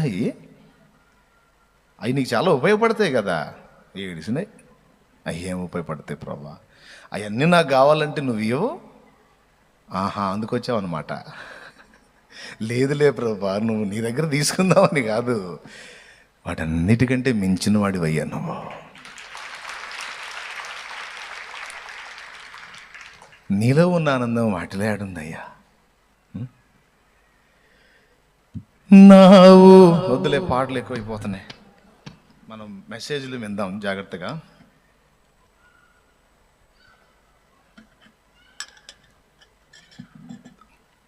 నా ఊపిరయ్యింది నీ శ్వాసని, నీకెప్పుడు నా ధ్యాసని, నిత్యము నీకెప్పుడు నా ధ్యాస. ఆ పిచ్చోళ్ళు అయితే బాగుండు, మీరందరూ ఆయనతో అలాగా అనుబంధం ఏర్పరచుకుంటే బాగుండు. ఇది నా కోరిక. స్తోత్రం. మీకందరికీ ఏసయ్య పిచ్చి పడితే బాగుండు. దేవుడు మిమ్మల్ని అందరిని ఆ ఏసయ్య పిచ్చోళ్ళని చేయను గాక, నన్ను కూడా ఇంకా డబల్ చేయను గాక. మళ్ళీ మధ్యలో ఏది ఎంటర్ కాకూడదు. ఆయనే ఆయనే ఆయనే ఆయనతో ఆ మాధుర్యం అర్థమైతే ఉండలేము. రైట్. నరకం యొక్క తీవ్రత అర్థమైతే సువార్త చెప్పకుండా ఉండలేమండి. ఒక ఆత్మ రక్షణ ఎంత ప్రాముఖ్యమైందో తెలిస్తే దాని కొరకు మనం ప్రయాసపడకుండా ఉండలేం. ఏ ఒక్క అవకాశం దొరికినా ఎట్లనన్నా కానీ వీనికి ప్రభు వార్తను అందిద్దాం. ఎందుకంటే ఈ మాటలు వానికి అందితే రక్షణలోకి వస్తాడు, ఆ ఆత్మ రక్షించబడుతుంది, నరకం నుండి కాపాడబడతాడు, నేను పొందే యుగయుగాల ఆనందంలో తను కూడా ప్రవేశిస్తాడు. దేవునికి మహిమ. అంతేకాదు యేసయ్య ఇచ్చే బహుమానం నిజంగా యేసయ్య దీన్ని బట్టి సంతోషపడతాడు అని నువ్వు నమ్మితే ఆత్మలకు సువార్త చెప్పకుండా, ఆత్మలకు దేవుని గురించి అందించకుండా ఉండటం నీ వల్ల కాదు. అదొక బలహీనత అయిపోయింది. ఇంట్లో అరుస్తూ ఉంటారు, ఏందమ్మా నీకేం మెంటల్ ఎఫెక్ట్ వచ్చినట్టుంది, ఏంది పొద్దుగూకులు అదేంటంటే ప్రార్థన అంటావు, దేవుడు అంటావు, సరే ఏదో తగలబడ్డా వదిలేసాము. అరే దొరికిన వాళ్ళందరినీ మైండ్ తింటున్నావేంటి నువ్వు? ఇటు వచ్చింది అటు కూడా వచ్చింది. ఏందిరా నువ్వు ఒట్టి పిచ్చోళ్ళగా అయిపోయేది ఏందిరా? అసలు ఎట్లుండేవాడు, ఎంత తెలివిగా మాట్లాడేవాడు, ఎంత జ్ఞానంగా ఉండేవాడు, ఏందిరా ఎట్లా అయిపోయావు? కదిలితే దేవుడు అంటున్నావు, మెదిలితే దేవుడు అంటున్నావు, దొరికినోడి కల్లా మైండ్ తింటున్నావు ఏందిరా నువ్వు? వాడికి అర్థం కాదు, కానీ నీకు అర్థమైంది. నీ ద్వారా దేవుడు ఆ మాటలు వానికి అందింపజేస్తే, విన్నవాడు రక్షింపబడితే, ఆ ఆత్మ నరకం నుండి కాపాడబడి నిత్యత్వంలో ప్రవేశిస్తే దాన్ని బట్టి దేవుడు సంతోషపడతాడన్న సంగతి నీకు అర్థమైంది. అది దేవుని ఆనందం కోసం నువ్వు చేస్తున్నావు. ఏ ఆత్మ నీ దగ్గరకు వచ్చినా సరే, ఏ వ్యక్తి నీ దగ్గరకు వచ్చినా సరే, నువ్వు ఆ విలువలు ఎరిగిన వ్యక్తివైతే వెంటనే నీ మైండ్లోకి వచ్చేస్తుంది, ఈ పర్సన్ నా ముందుకు ఎందుకు వచ్చారు? ఒకవేళ నేను దేవుని మాటలు చెప్పవలసి ఉందేమో. ఇప్పుడు ఈ మనిషికి నేను దేవుని గురించి అందిస్తే ముందు నా యేసయ్య సంతోషపడతాడు. ఈ రక్షణ పొందకపోని తర్వాత సంగతి. ముందు నేను వీనికి సువార్త అందిస్తే నా యేసయ్య సంతోషపడతాడు. ఎందుకు సంతోషపడతాడు తెలుసా? నా బిడ్డకి ఎంత భారం, నా గురించి అవతల వాళ్ళకి తెలియజేయాలని ఎంత తపన. పిచ్చోడో ఎప్పుడు నా పిచ్చే, పిచ్చిదే ఎప్పుడు నా పిచ్చే. ఏ కొంచెం అవకాశం దొరికినా సరే నా గురించి చెప్పకుండా ఉండలేదు. దూతలారా మీరు ఎరుగుదురా నా బిడ్డని అంటాడు. దూతలారా మీరు ఎరుగుదురా నా కుమారుణ్ణి. ఉండలేడు నా గురించి చెప్పకుండా. ప్రతిరోజు అబ్జర్వ్ చేస్తాడు. ఏమి నాయనా ఈరోజు ఎవరికి చెప్పలేకపోయినావా, బాధపడుతున్నావు? అవును ప్రభా, ఎవరు చెక్కలేదు ప్రభా, అయితే పంపిస్తాలే ఉండని పంపిస్తాడు ఎవరినొకళ్ళని. ఆయన గురించి చెప్పకుండా ఉండలేం. అంతేనా? ఆయన గురించి ఆయన సంతోషం కోసం ఆయన పని చెయ్యకుండా ఉండలేం. ఇలాగా దేవుని సంబంధమైన కార్యాలు నెరవేర్చకుండా ఉండటం మన వల్ల కాదు. దానికోసం నిందలు పడతాం, అవమానాలు పడతాం, తన్నులు తింటాం, దూషణ పొందుతాం, కొంత మనీ నష్టపోతాం, అపఖ్యాతి పొందుతాం. తిడతారు. నన్ను వర్క్కి పిలిచినోడు పాపం ఒకసారి పిలిచినోడు రెండోసారి పిలవడు. ఎందుకు తెలుసా? పాపం వాడికి వస్తానని చెప్తా, తీరా ఆ టయానికి నేను ఎవడికో సువార్త చెప్తా ఎటో వెళ్ళిపోతా. వాడు దేవులాడుకొని కడుపులో మండిపోయి, ఎదవలను చూసాం కానీ ఈడంత ఎదవని చూడలేదు మనం, ఇంకోసారి ఈయన పిలవకూడదు. పనికి మళ్ళాడు వస్తానని చెబుతాడు, ఆ టయానికి కనపడ్డావు, ఎవరితోనో వాగుతా కూర్చుంటాడు. నేనేం వాగుతున్నాను వాడికేం తెలుసు? అట్లాగా తృణీకారం పొందా, పర్వాలేదు ఏమైంది, నన్ను తిట్టినోళ్ళు అంతా అంతే ఉన్నారు, నన్ను మాత్రం దేవుడు ఇలా చేశాడు. దేవుని